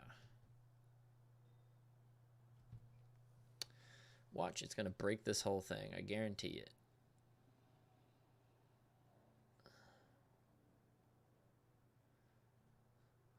So far, so good.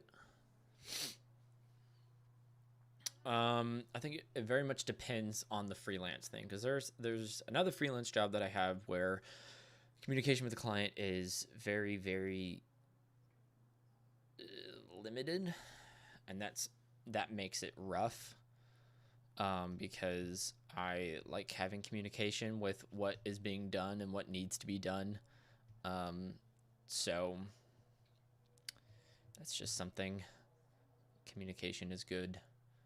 And when it's not there, it's not easy.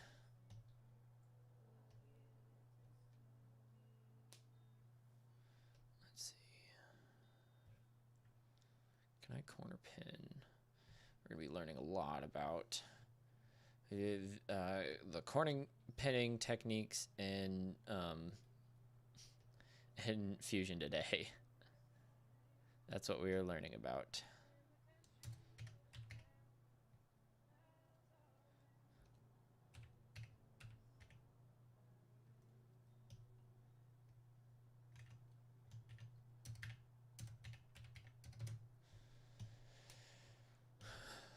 Okay, so let's just create a polygon.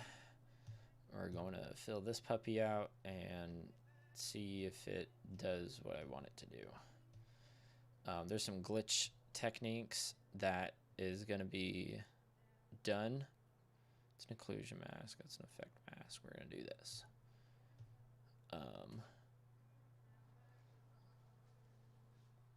Okay, so far so good. Let's see if it tracks. I sure hope so.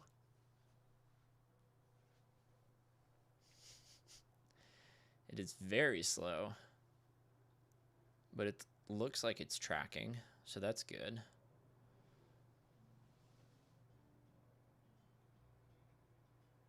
Yeah, that looks good. Cool. All right.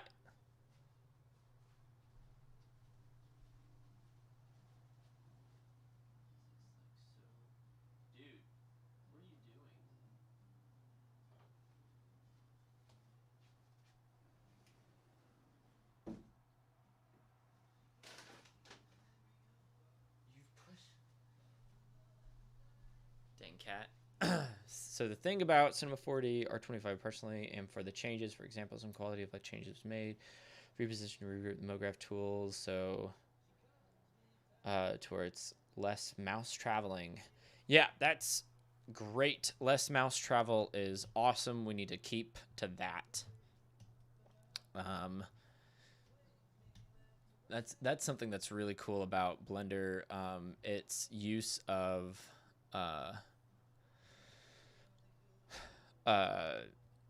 keyboard shortcuts is great. They can be confusing, but they're really good. Like the green buttons of cloners of degenerate, all mixed up and confusing prior to 25. They actually made it easier now. Let's pull up that website and see what it looks like, because I don't remember. Learn more. Just show me your new UI. Oh, here we go. What's new?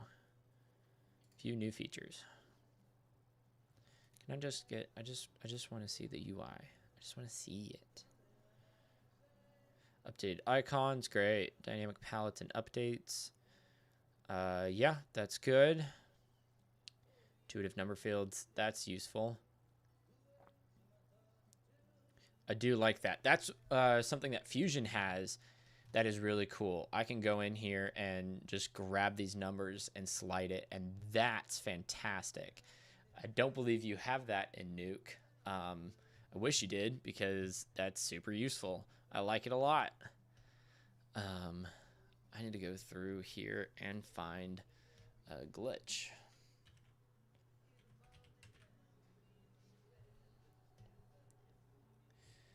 Glitches. Are these just audio? Oh, I don't want audio. I'm only saying this because I work in my custom layout and I end up trying to rearrange my layouts back into R25. Yeah. Yeah. So it's Can I just get a big ol'... Also, I love this tab layout. Blender doesn't have that. Love this tab layout. That's really awesome. Let's see. Let's see if we can get a good full view. No, yours is going to be cut off. That's fine, I guess. Can I just get a big ol'... Here we go. Wide view. I don't know. I think it looks really nice. I do. I don't think it looks too much like Blender. I think more software packages probably need to look more like Blender. But I do like it. Yeah, it's really comfortable looking. Man, I have not opened up Cinema 4D in so long. Let's see what crap I have. See what it looks like. See what I have from it. R20. Yeah, you can see how I don't use it anymore. I just don't. Oh, the cloning tools in that's fine. I don't have Octane right now. I don't need to do that. That's fine. Yeah, okay. So this is how I had mine, which was nice. This is just how my layout was. Whoa, I don't remember how to use this. Whoa. It's been so long. It's been like a year. Wow. I do like R20, yeah. Oh well, here we are. Just trying to live our lives. Some of the functionality features are useful. I don't think it's a major new feature update. Yeah, let's look at all the new updates that they have. Capsules. This is all the new stuff. Scene nodes. What does that mean? Just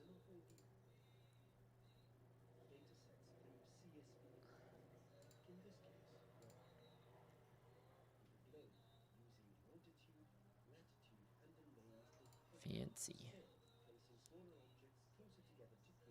Whoa, that's actually cool. I don't know if I would ever use that. It looks for a lot more like data driven MoGraph. Hey Xander, what's up, dude? Yeah, I am I'm doing more VFX, and we're talking about new changes in Cinema 4D, and we're talking about industry stuff. We're just kind of hanging out. It's been fun. As I am attempting to do some VFX. What is this? Okay, these are... Wow. Okay, that's just gonna hurt the eyes. Okay. Yeah, we'll use these. These are good. I'm adding these glitches in here. Nodes are best left in Houdini. Actually, I might disagree with you. I want more nodes in everything. Nodes are the best, and the more things that have nodes, I feel like are the better.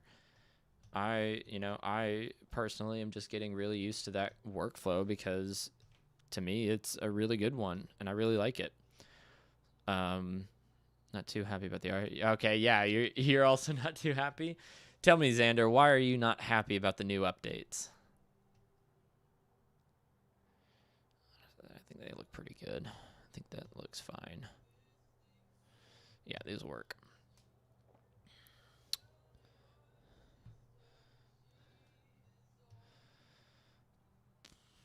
Do I need to make a 3D? Yeah, let's do that. Let's just go into the 3D system of Fusion.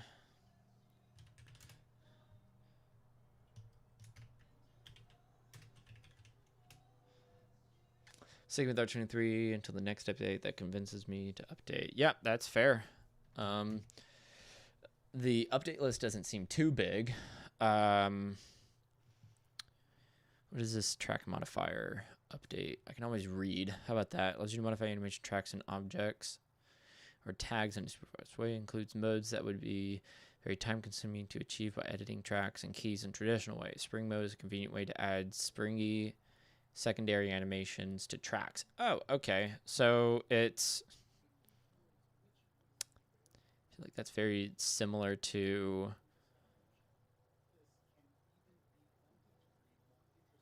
Huh, interesting.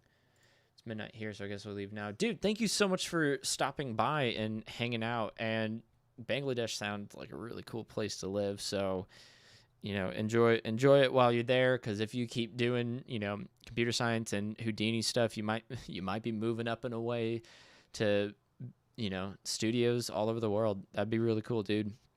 Thank you so much for stopping by. I really appreciate it, and talking to me. You're really cool and really, really fun to chat with. So thank you. And I hope you sleep well, dude. Midnight's a good time to go to sleep.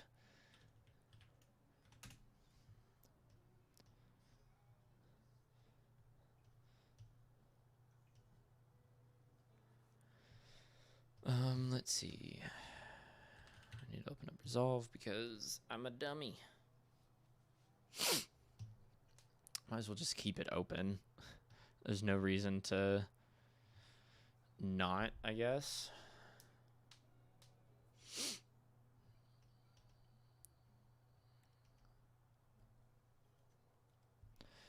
More water. Everyone drink some water. Water's good for you. Okay. We need to look at the metadata. So this was shot 180. God, that's so cool. That's actually super dope. Guys, check this out. So this was shot on a Blackmagic Pocket 6K Pro or whatever. It actually tells you the lens, which was a Sigma 18-35 at an f of 1.8, or with an f of 1.8. I don't know if that was they have an f11. Focal point was 35. How cool is that? That Resolve reads all that information in Blackmagic Raw. That's cool. That's very useful. Okay, what are you saying, Xander? They spent 6 months on a UI upgrade, which was honestly a downgrade in my opinion, when they could have made some more improvements to the software itself, like maybe not remaining single core only. They're like the only 3D package that's still single core for everything. If that's the case, yeah, I might agree with you on that. They probably should have spent their time doing that. That would have to be a massive change, I would imagine. I'm not a computer scientist. I am not a programmer. I don't know crap about jumping to a multi-core optimized software. No idea. But I definitely think that would be a major update and absolutely worth a big change. Geez, if they haven't done that, I'm kind of shocked. I am kind of shocked. That's surprising.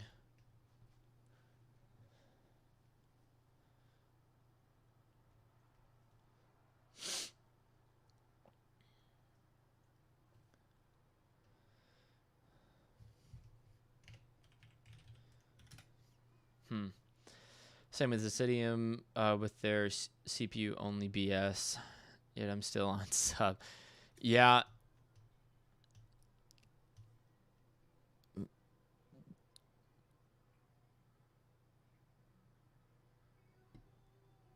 Try Blender.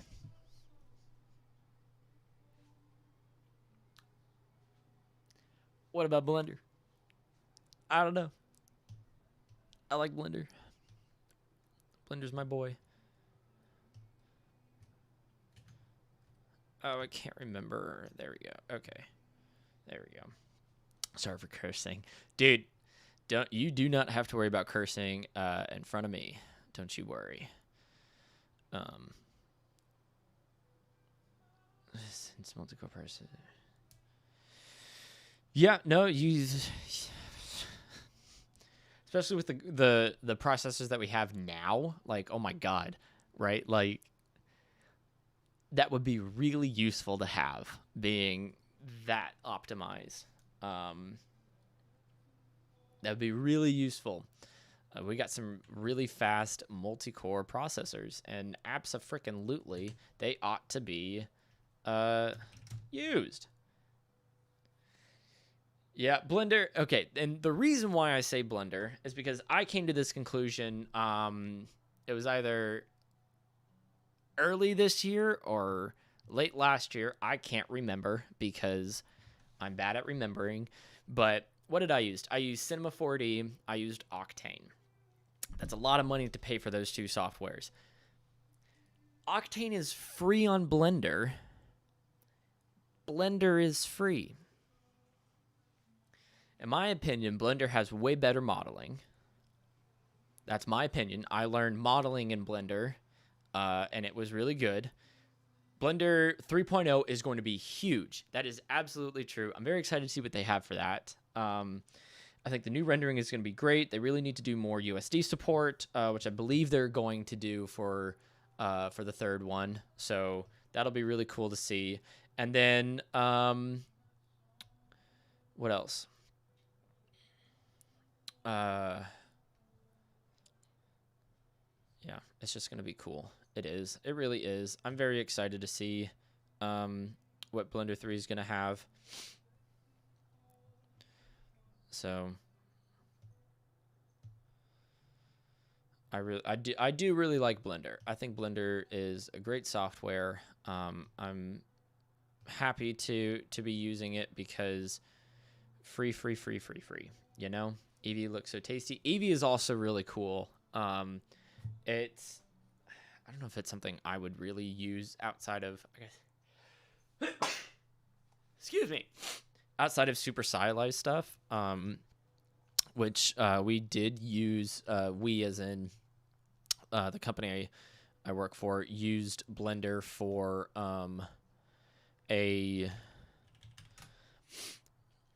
for, what was it? It was for a Fortnite shoot of some sort. We used it for that, and it was great because it did really good job of, what was it? It was really good with, I gotta sneeze. What is happening here? Come on, Fusion. So I think this was a bad idea. Yeah, I'm just gonna corner pin these dudes. There's no reason for me to do this in 3D. I thought it would be simpler. It wasn't. We used it for some Fortnite commercial, and it fit the style of it perfectly. And it was quick to render, which was nice. Yeah. Oh yeah, and the volumetric updates for Eevee actually is very compelling. Those are really cool and exciting. Cinema 4D and Blender combo, yeah, it's great, especially when you use Octane across the board. Absolutely, it's really good. Like the combo tool is dope. I'm just gonna corner pin this sucker because what else is there to do?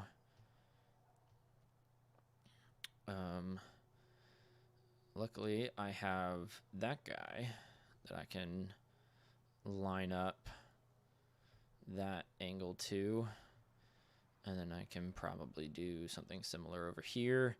And these glitches, they might be large, but that's okay. What I can do actually is like stack all these guys. Let's do something like that, where we just stack it. Yeah, stack the effects.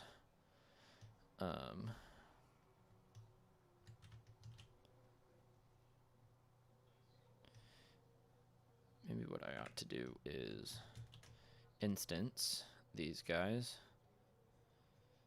And then that'll be cool. So if we need to do any changing, it'll change on its own. That'll be nice. Okay, so we got all of those together. Now what we can do is merge them all on top of each other.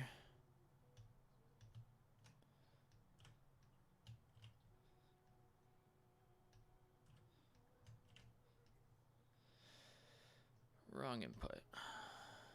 And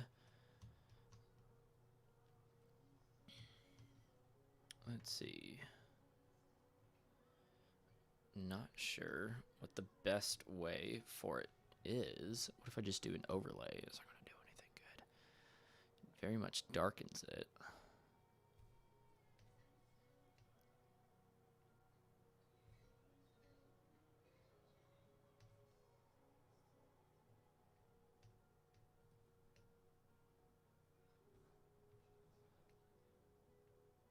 Multiply overlay.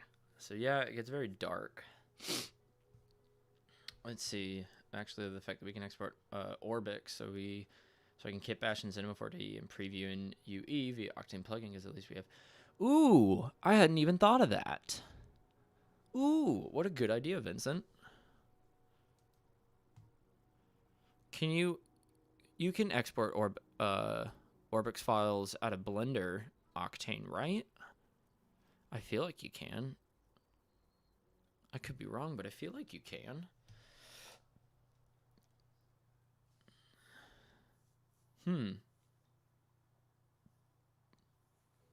Yeah, kit bashing in Cinema 4D is really nice.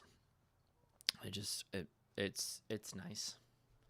Kit bashing in any software, or just kit bashing. Kit bashing is good. Like kit bashing.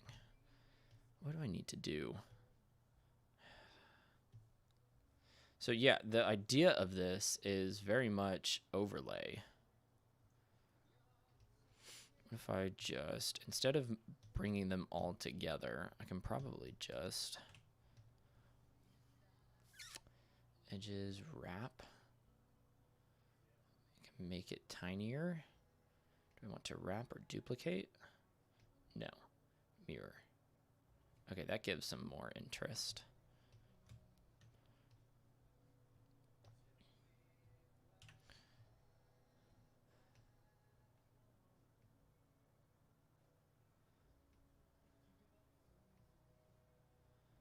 Yeah, theoretically, Orbix is universal through all Octane DCC. Huh.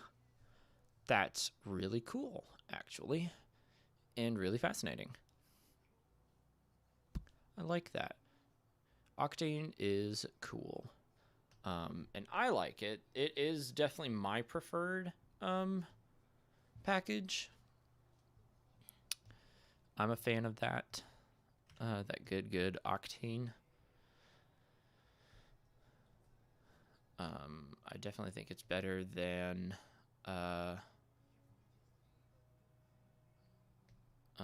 Cycles. At least right now, I think it's better than Cycles. And I think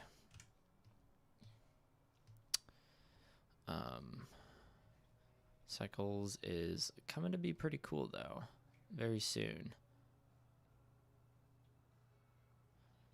I think they're going to be really kind of a good game changer when Cycles X finally hits. I don't know if they're going to call it Cycles X or they're going to call it something else. No clue.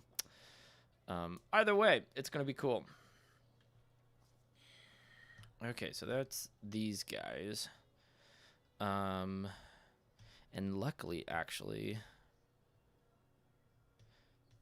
that's set to look like that, which is fine. I'm going to add it anyway. Are there any negative? No, there's no negative values, so that's nice. So, yeah, we'll just stick to that for now. And then as this guy's here, I'll just keep adding different masks around the different little dudes.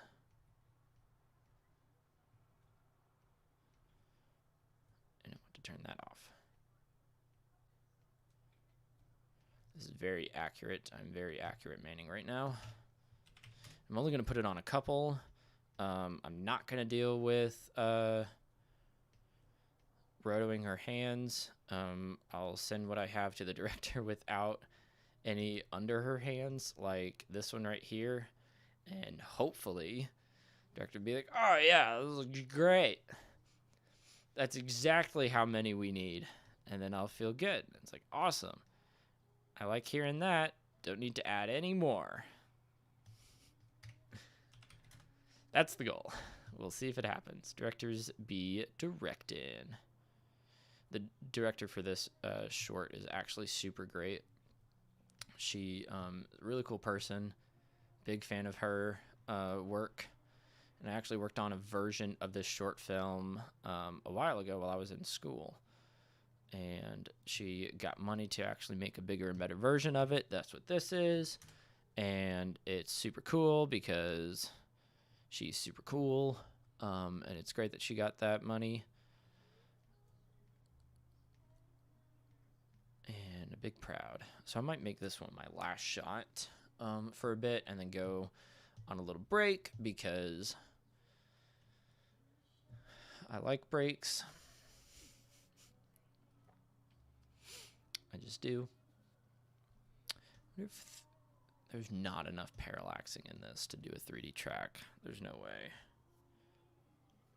There's just no way.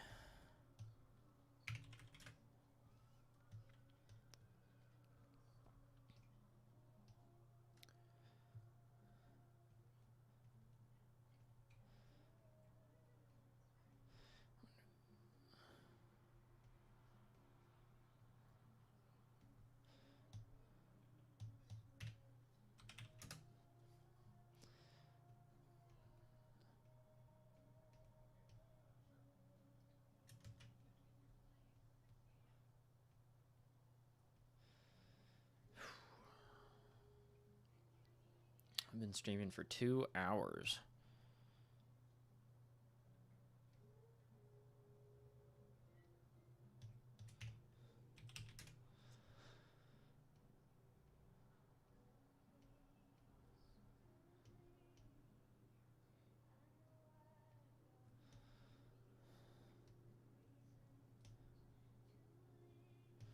Okay, I'm gonna get these big boys back here.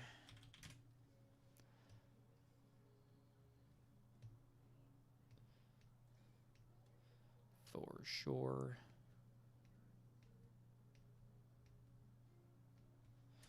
What I can do. This is a trick I've done in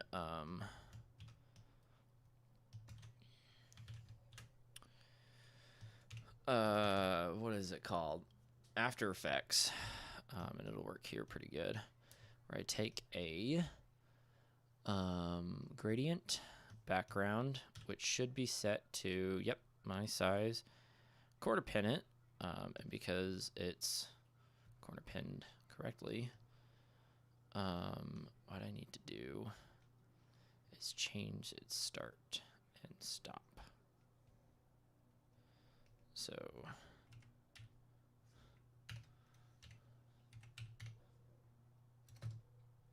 there.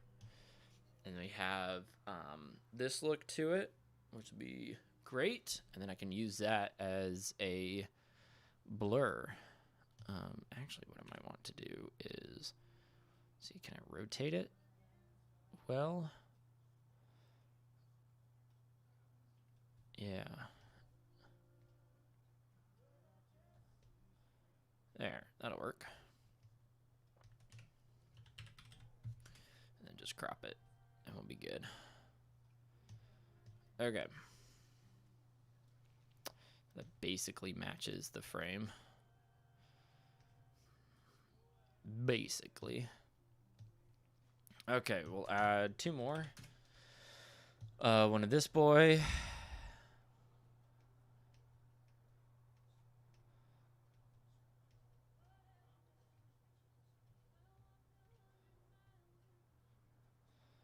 And then one on this boy.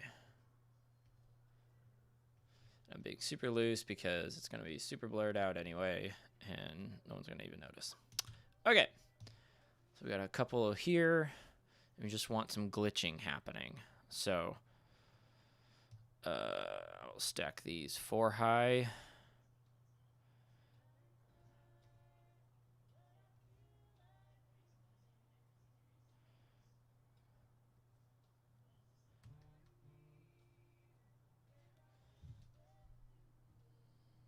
What is this? Oh. I'm good. Okay, let's see. So this is going to be the roto,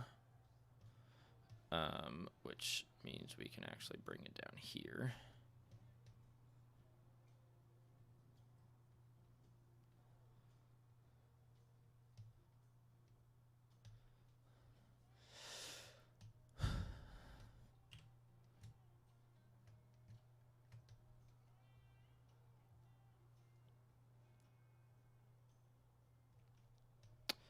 And then I wonder if I can do a depth blur. And instead of the blur channel, we use the red. And I grab these guys. And I move it down here. I wonder if this will work.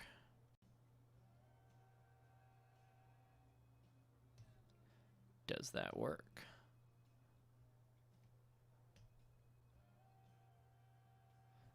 Okay, it does work. I just need to invert it.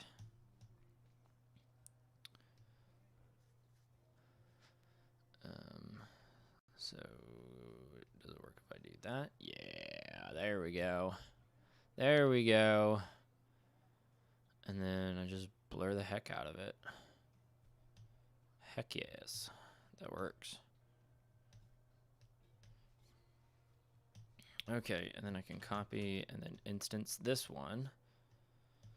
And then just place the combo right there.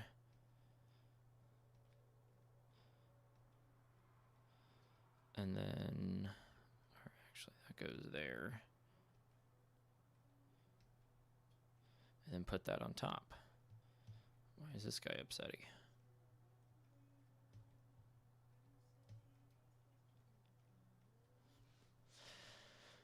Appreciate you taking time aligning and tidying the nodes. Yeah, I gotta get into that. The only thing I don't do is putting underlays on everything.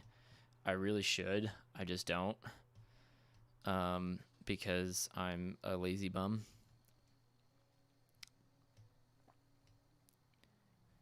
I just am. And these guys aren't... Okay, they are working. It's the background. Why is that not?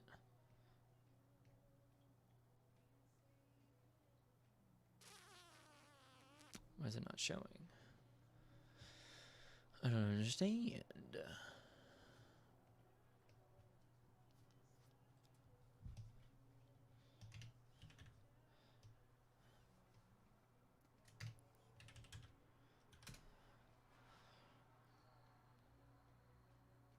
Okay, that works. So why is this not working?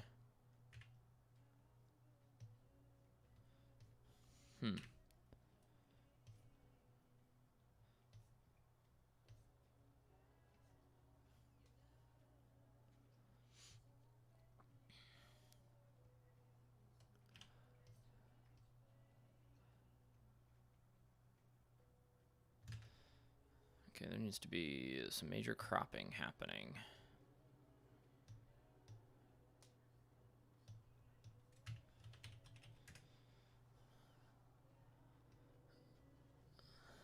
Is that gonna do it?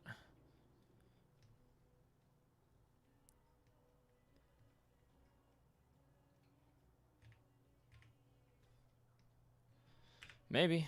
Let's try that.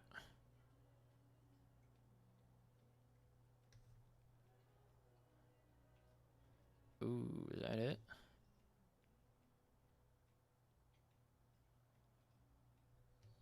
Yeah. Cool. All right. So now we have that, and then we overlay it. I think I do. Actually, I think I want to do an add. Yeah. And then this ought to just be, I just do foreground only. Yeah, there we go. Cool. And then I can even do the same depth blur up here. Okay. Shuffle you back over here.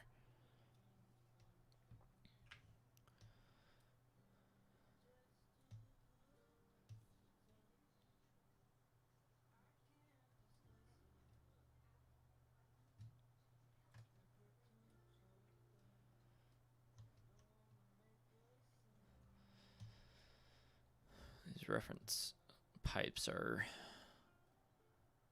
gonna funk it up.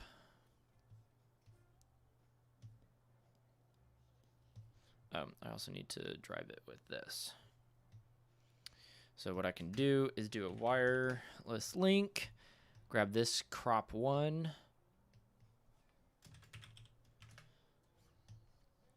and that is the same as that guy. Sometimes it's not smart to use this in a big comp, but this will work just fine. Yeah, there we go. And let me do that. And then I can even add my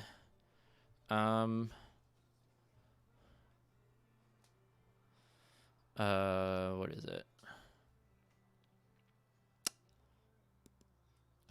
Exponential glow.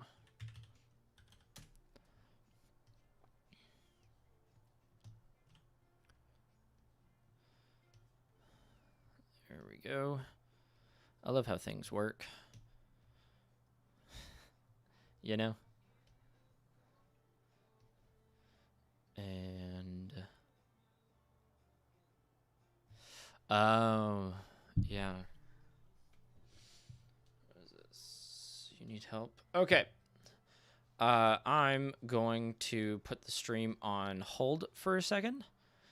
I can figure this one out. This one's actually not difficult to do. I just need to add a mask right here. And it's the same output as this guy, which is nice and easy. And then I just need to, what?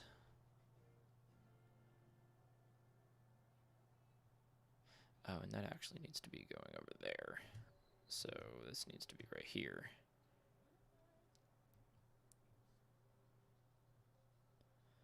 And then we invert it. There we go. And then we can add the glows. And then I might even go in here, and we can change the global color and grade. I think the hue, maybe just the saturation's a bit too high. So we can just play with that for a bit. Okay, I'm gonna let this thing render for a second, see how it looks, and I will be back. So give me 1 second.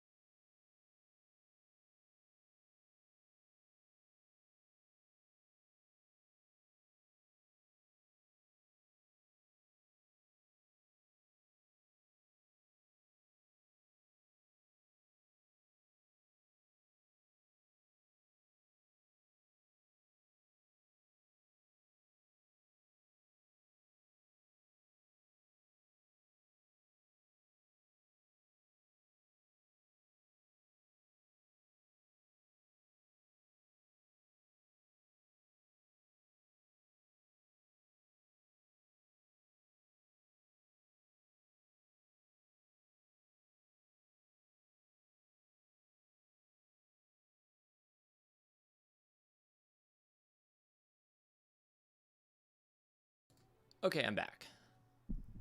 Hello.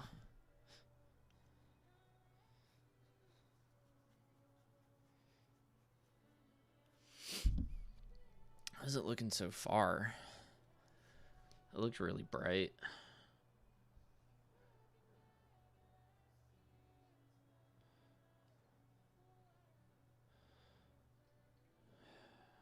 I also feel like maybe it's just a bit too big or too tiny detailed. I can't tell. Maybe they need less.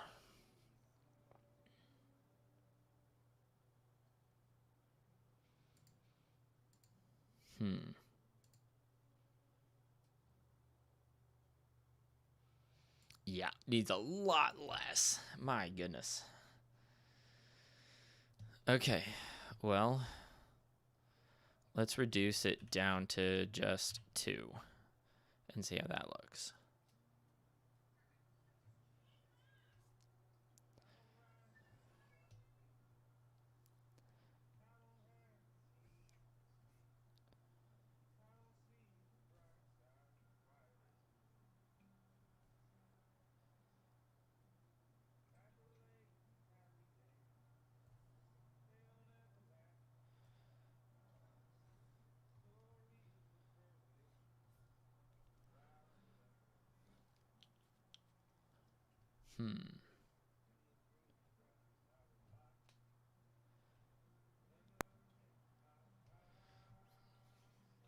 Let's see how this looks. I might just need to do some sort of like... Not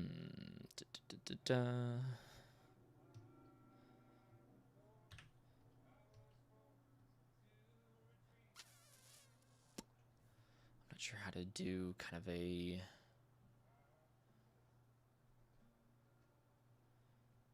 like keyframe wiggle expression, I guess, on these guys. I'm not 100% sure. I wonder if I just do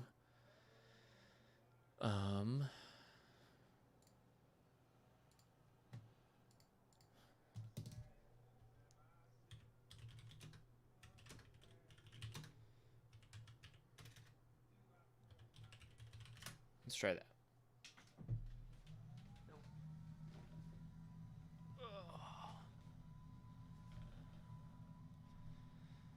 And there we go.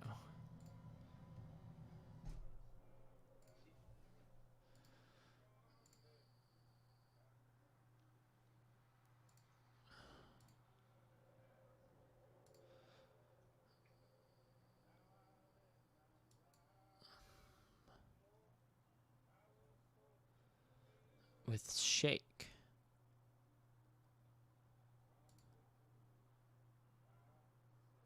Huh. Interesting. Oh, maybe that's what I want. Okay, let's try it.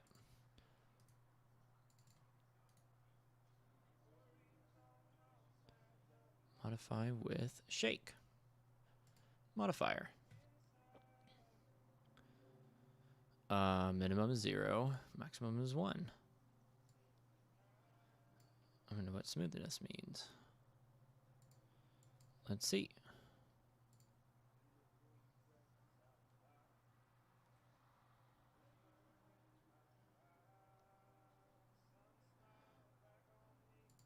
It looks like it could work. Not a bad idea. Thank you.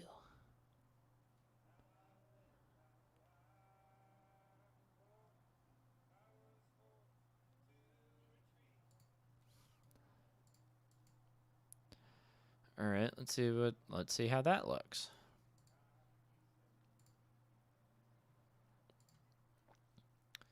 Don't have Fibonacci. I want exponential. Grow radius to be that. Shrink down that. Okay, we'll try that one. Let's see how that looks.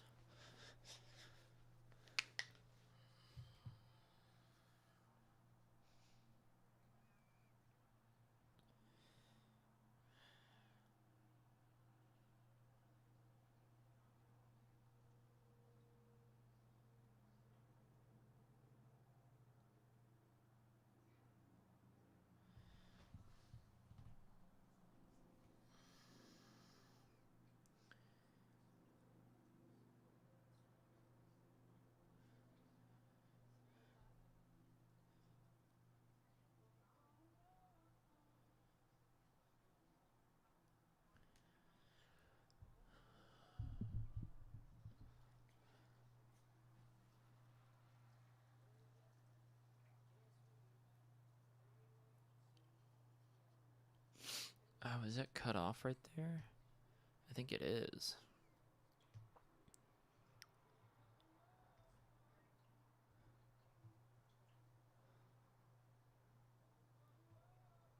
No. Okay. It just looked like it was.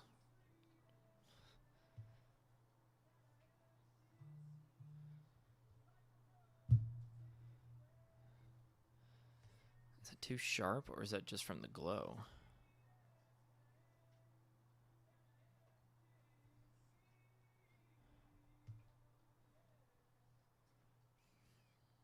It feels like it's from the glow. Or no, it's from this guy.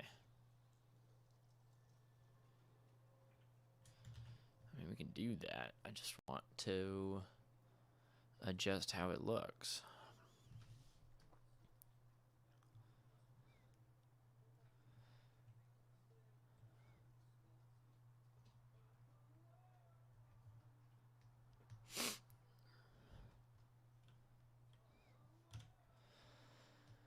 Best way I know how to do that is with this guy. So we need it to get darker.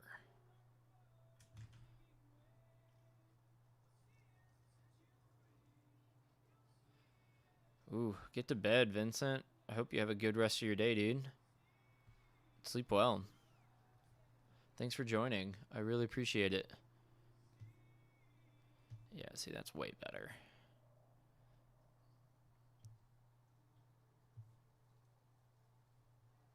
Yeah, that just looks way better.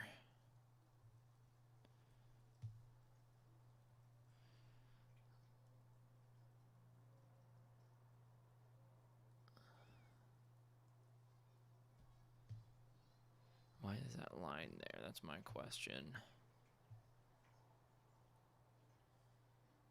I guess it just is. Okay, that's fine.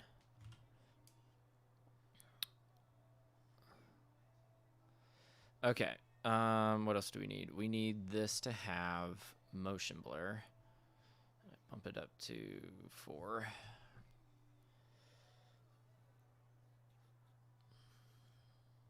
I guess I need to do it from this guy. Yeah, like that. We'll do that.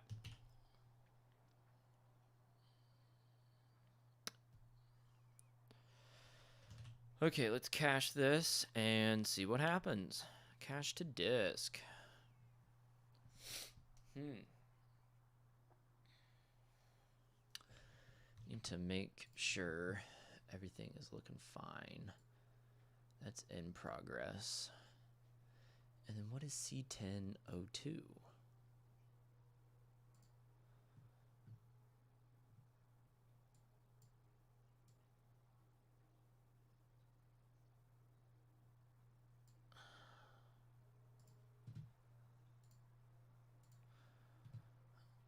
What is C1002?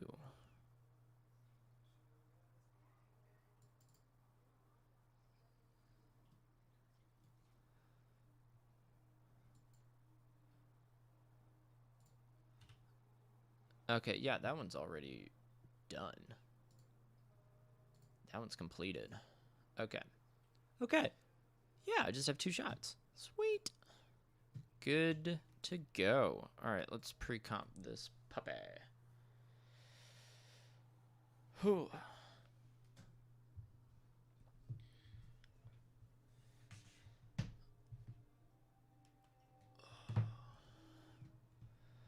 At least just see how it looks. Might need to slow it down a bit. And that'll be fine. But just thinking about that. Okay.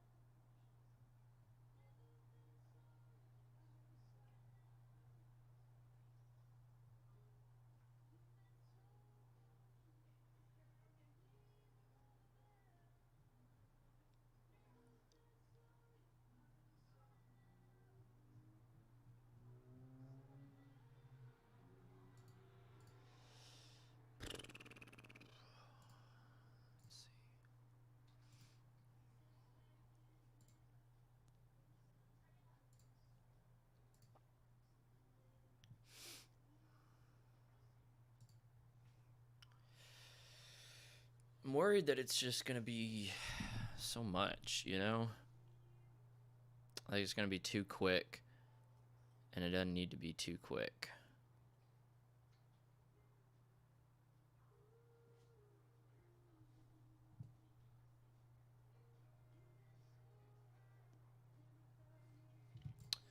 That's what I'm worried about.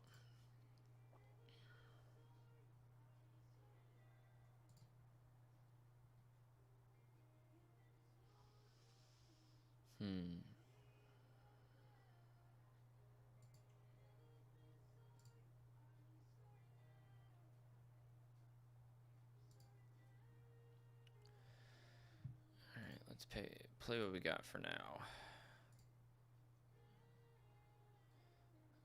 Yeah. It definitely goes by too quick. So here's what we can do. We can go in here and use time speed. I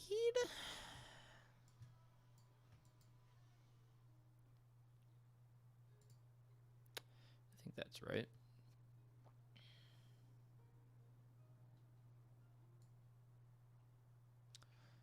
Knock it down a couple frames.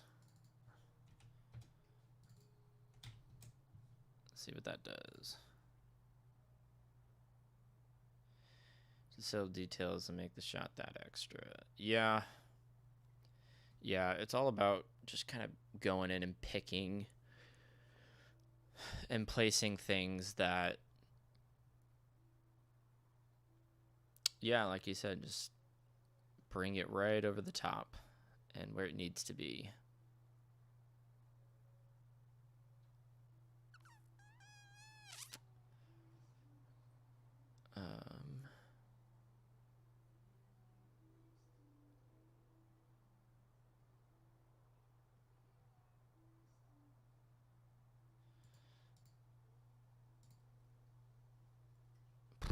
That goes by real fast. How does it go by normally? Way faster. Wow. Jesus.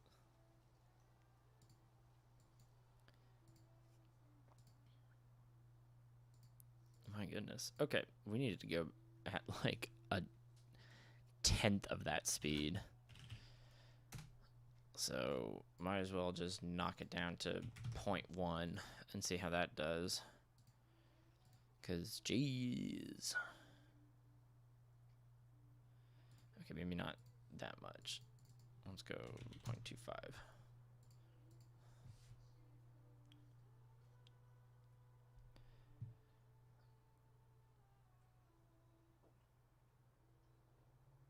Okay. Yeah, that's doing better. And then let's bring it with this guy and see how that looks. Yeah, I think that's probably more the speed that we want. So we'll count that.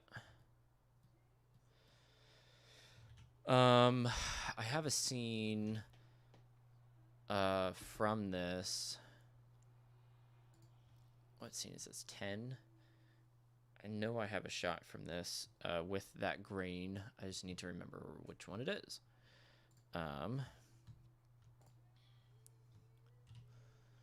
It's this one, C20. So we can grab the green from that, and that should work.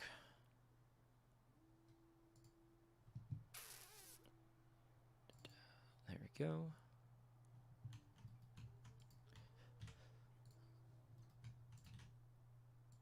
All right, what I might just do is go ahead and render this off and preview it and make sure that works. Okay, we got green on that. Let's go ahead and grab that. It's always good to make sure you are nice and organized.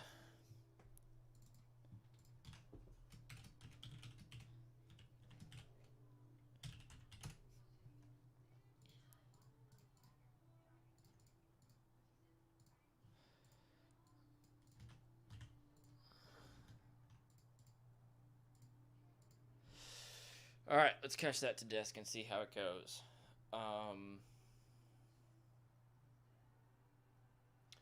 Should be good. We'll have to see. But it should be good.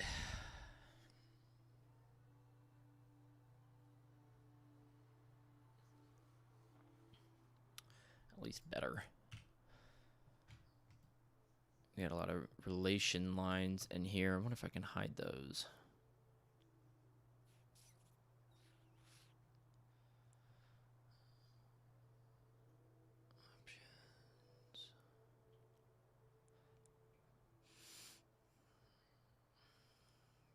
Aha, there we go. I mean, that would be useful.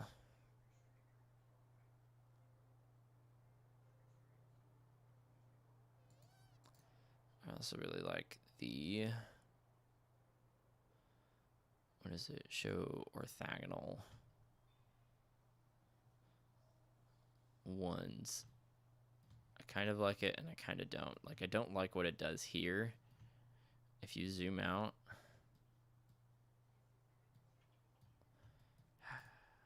Oh well.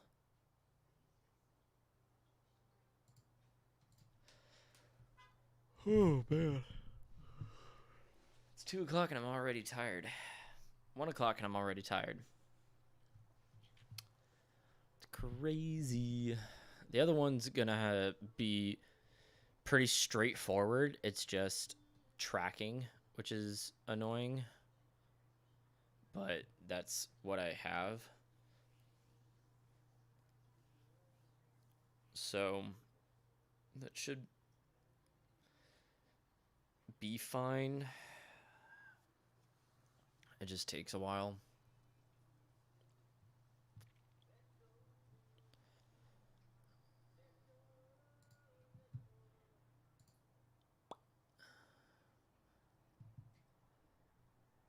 It's always fun having to wait and cache stuff.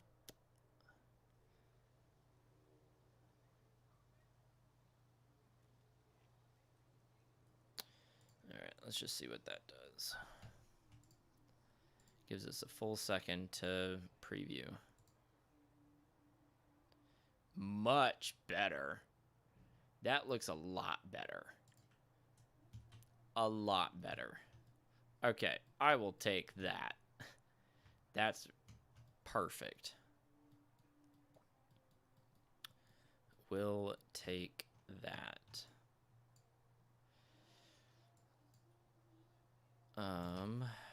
Okay. So yeah, we'll count that as good. I'll render it. Let's just add that to the pile. Hell yeah. All right, last one. This one's gonna take a bit because it's manual tracking and that's not fun.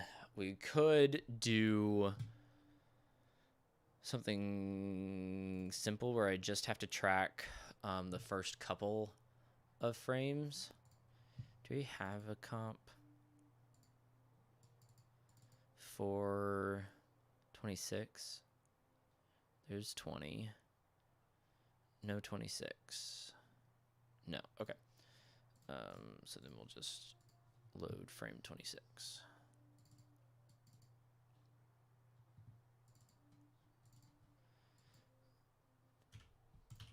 Okay. Usual thing, smooth resize, check your underlay. Luckily it's only 60 frames, so it should be fine. It's just gonna be annoying, but that's what we have. So we can do it. We are a team. We can do this. And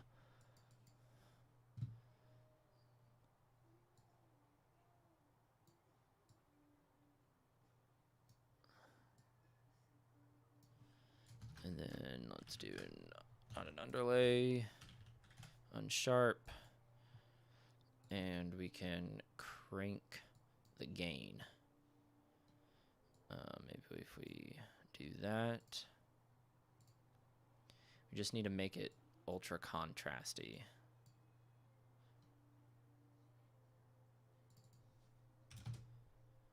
Yeah, there we go. Ultra contrasting. Now we can see the edges. Okay. I see you have AE. Couldn't you just track that with Mocha and send over the data? I don't know how to send over the data. I don't believe you can. Let's try it. Let's see what we got. I mean, the tracking worked fine, right? Like, the tracking works. I'm not sure how to send the data over.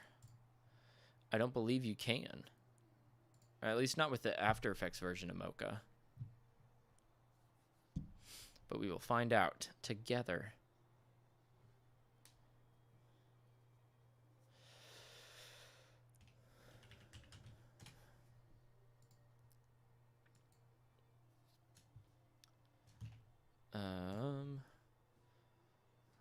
Okay, give me a second to set up the project. Go away. Okay. What is that? That was shot 24.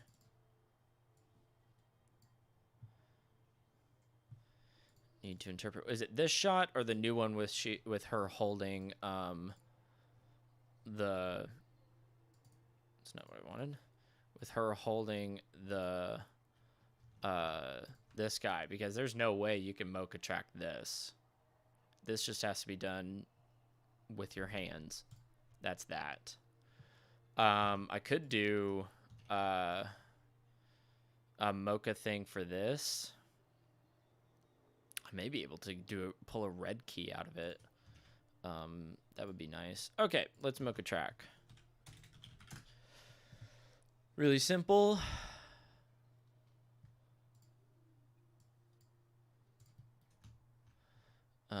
We love mocha. So let's just mocha this puppy. The new shot. Yeah, there is no way you can mocha track that one. There's zero information there other than just the corners. Because it's just pure glass. So the best I can do is track the 2 points that are showing and then offset the other 2 points and then have that just be our planar track or our corner pen, because there's no other option for it. I'm curious to see. I don't believe that it's possible. If it is possible, I've been doing effects wrong. I don't believe I can export out this track. You maybe could have a long time ago with the older versions of Mocha, but I don't believe I can do that now in here. I think it's all just set in the effects panel. Like you could copy and paste, but I don't think you can do that anymore. So we'll find out. We'll try it.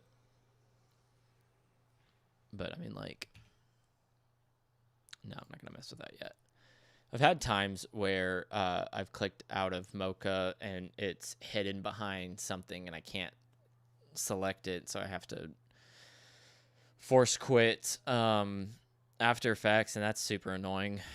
But you know, what else can you do? All right, how many frames is this? 92. Come on. I have a lot of stuff open right now. I can probably close this. Oh, yeah. I don't have Mocha Pro. You probably can with Mocha, but I don't have Mocha Pro. I just have Mocha AE.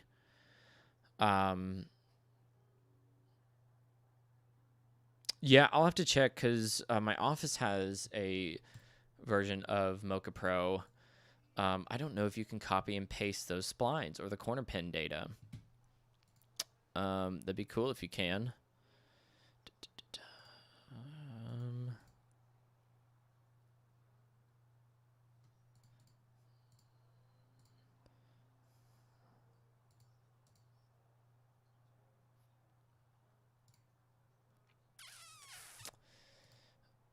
Yeah, I don't think I can export it.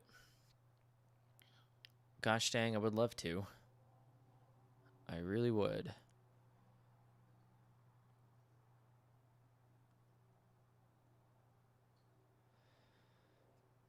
Export project. Okay, Mocha project.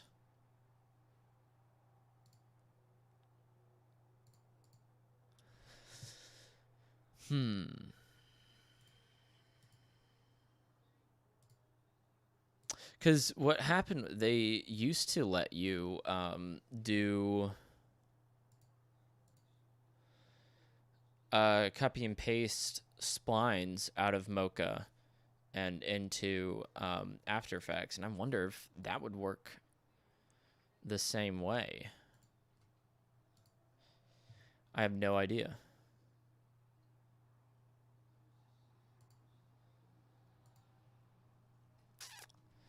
Yeah, I don't think you can.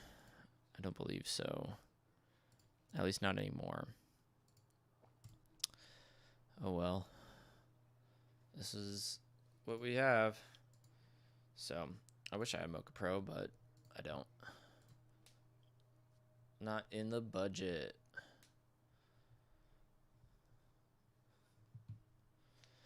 Maybe later. Actually, with the budget I got from this film, I was able to get the denoising software, so that was really nice. All right.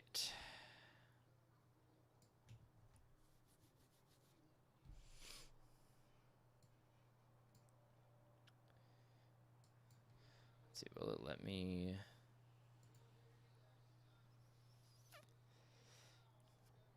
There's no way this is going to work.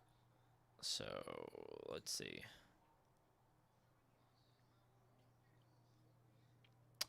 Yeah, would have been nice. Definitely would have.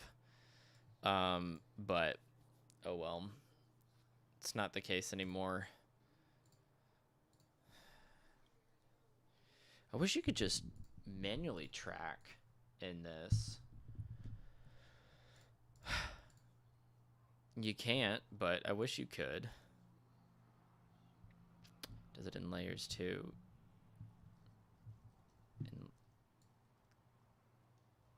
Oh, yes. Yeah. In layer.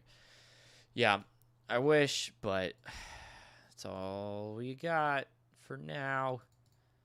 Yay. Why can't I just want to do manual tracking in here. I think I have. Let's see. Don't want to reveal anything. So let's see if I have.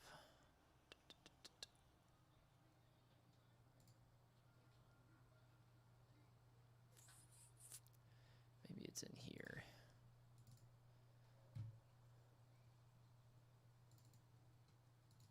Here we go. The Fusion manual. Might be able to do some tracking in here, just manually, or at least find it.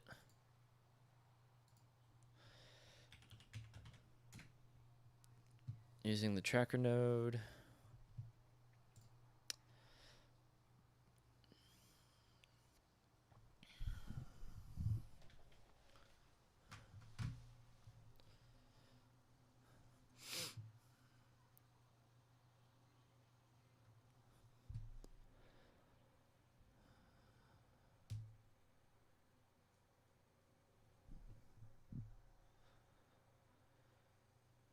Maybe not. Maybe there isn't. Maybe I just have to use 4 transform nodes. That'd be annoying. What else can I do, though? You know? So I can just use this guy. Grab it here. And then we just track. So... let's track.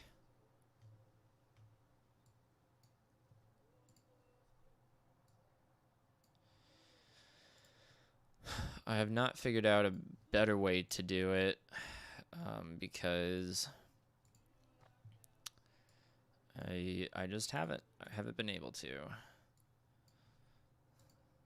So if you know of any better way, that'd be great. But I currently do not know one.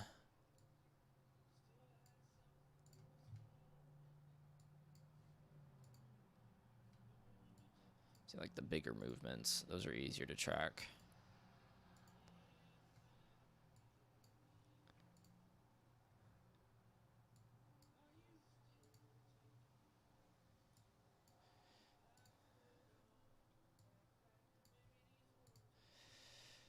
Oh, cool. We got that.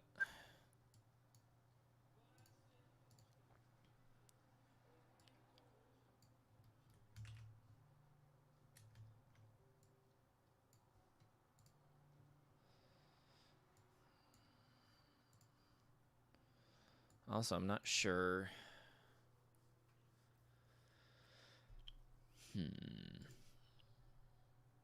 I'm not sure how well this is gonna work. When I come to the bottom 2 points, I'm not sold on this technique. Yeah, I feel that as well. I'm not much of a, I don't know, I'm not great at roto. I've been having to do like 8 hours. Mocha is as far as I've gone. No, Mocha is great for roto. It absolutely is. I love Mocha. The free version in After Effects really is good. So thank you, Mocha, for doing that. I wish there was one for Fusion. If anyone could swing that, it would be Blackmagic, but I don't see that happening. Just because they got other stuff they're doing.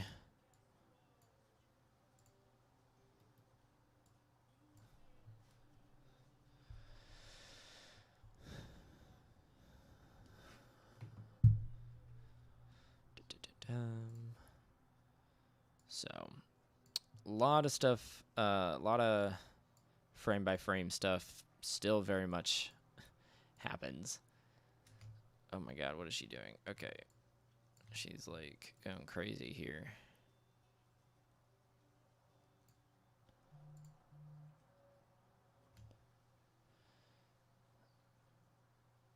I don't even know where this one is.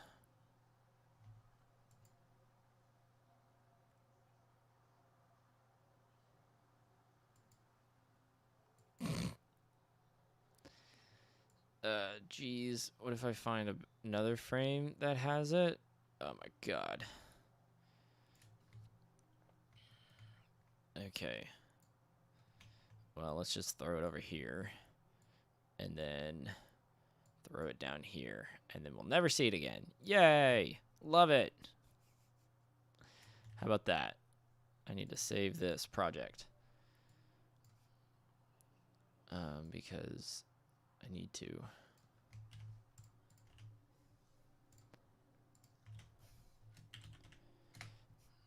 Okay. All right, we need one more transform. So let's get that. This one's going to be for the left side. And what's great is we can actually use these points and set up a corner pin and track those corner pins. And that would be good.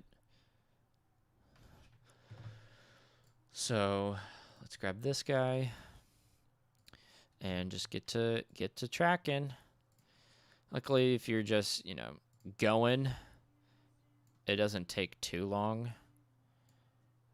And sometimes it's just faster than trying to fiddle with having things happen automatically.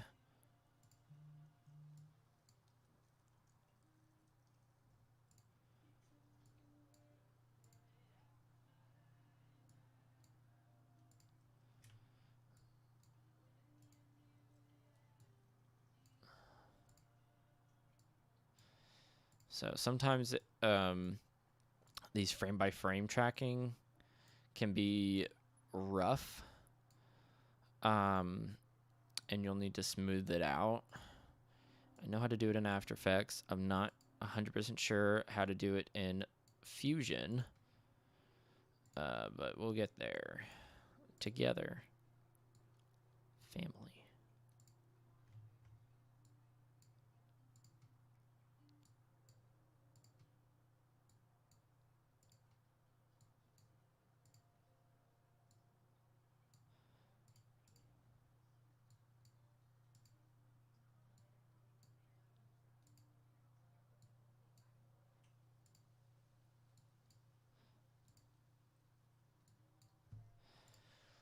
Let's see if we drop that gain down.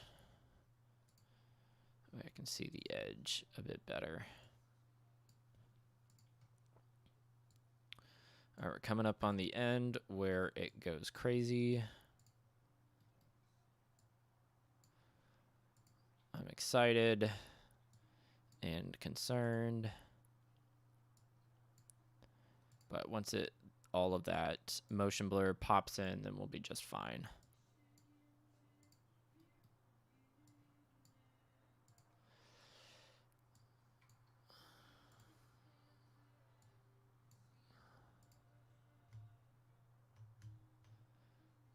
Yeah, like it goes over there.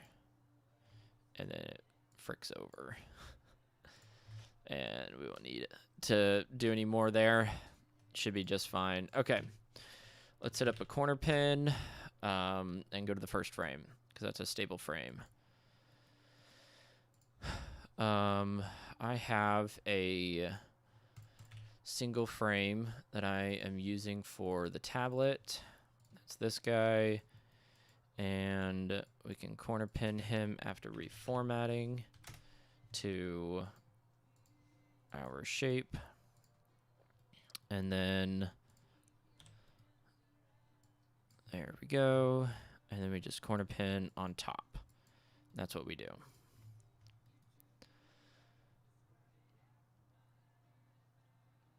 As soon as it updates.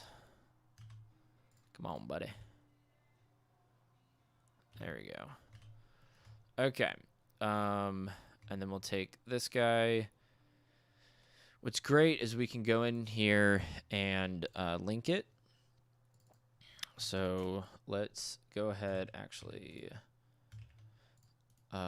connect to, okay, I guess I can't. So let's grab this guy, pin it.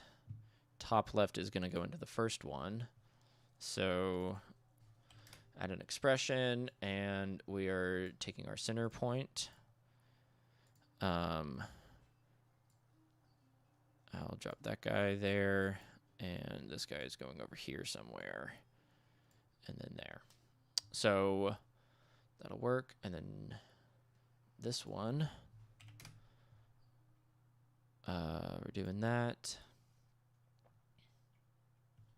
This guy's going over here. There. That's good. And then what we're going to do is add this one, and we're going to connect it to this transform guy and then offset it, I think. I don't know if that's probably not going to work.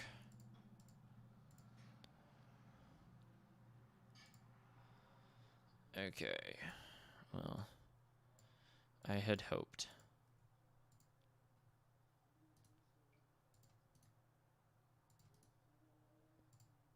Okay.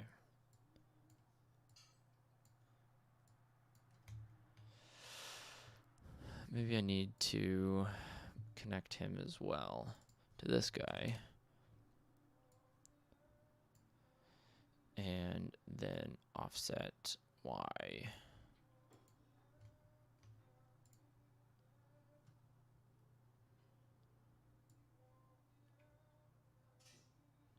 Okay, so that just does not work. Cool. What if I add a transform over here?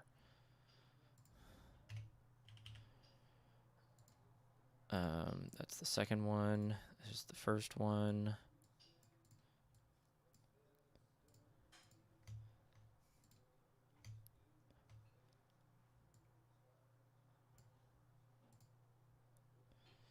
And we just have this guy track to him. Does that work? No. Okay. So that just isn't. All right. I'll figure that one out. I might just call it for now. I'm getting pretty hungry, and it's really hot in here. So, yeah. I'm just going to check to see if this even works.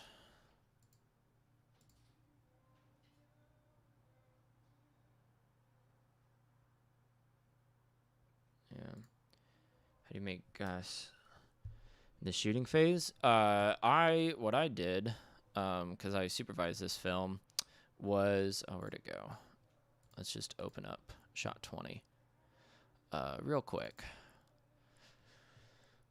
I put tracking markers on it, just little dots of Sharpie on the corners, so I could track it, and then I can go in and just offset that footage and remove the dots, which I swear worked.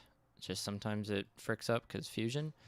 But you can easily paint that out, and it sets up the tracking markers, and then you just use that as corner pinning, and it works great. I did that to this other scene over here. Let's grab this one.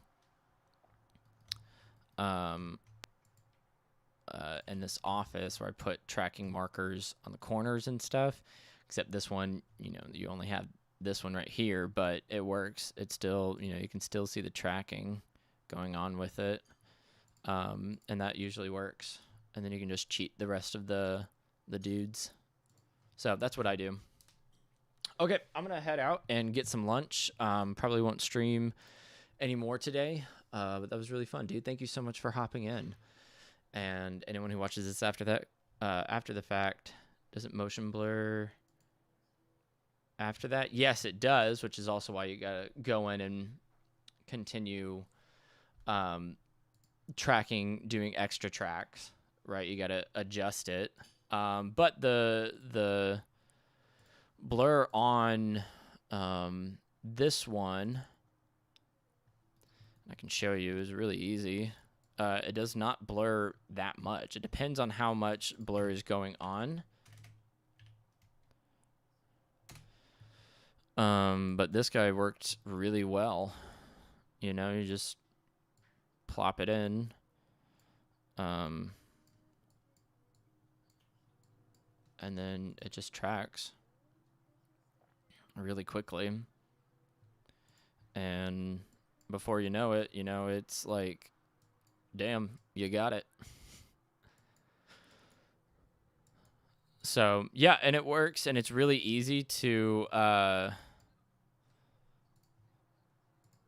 paint out afterwards because they're just little dots. So that's what I did for this, and it worked out really well. And it was super easy because you ask any grip on set, and they will have Sharpie to help with. So there you go. All right, well, thank you so much for watching. And yeah, I will probably stream tomorrow in the evening. Just finishing up some of these comps, and then that'll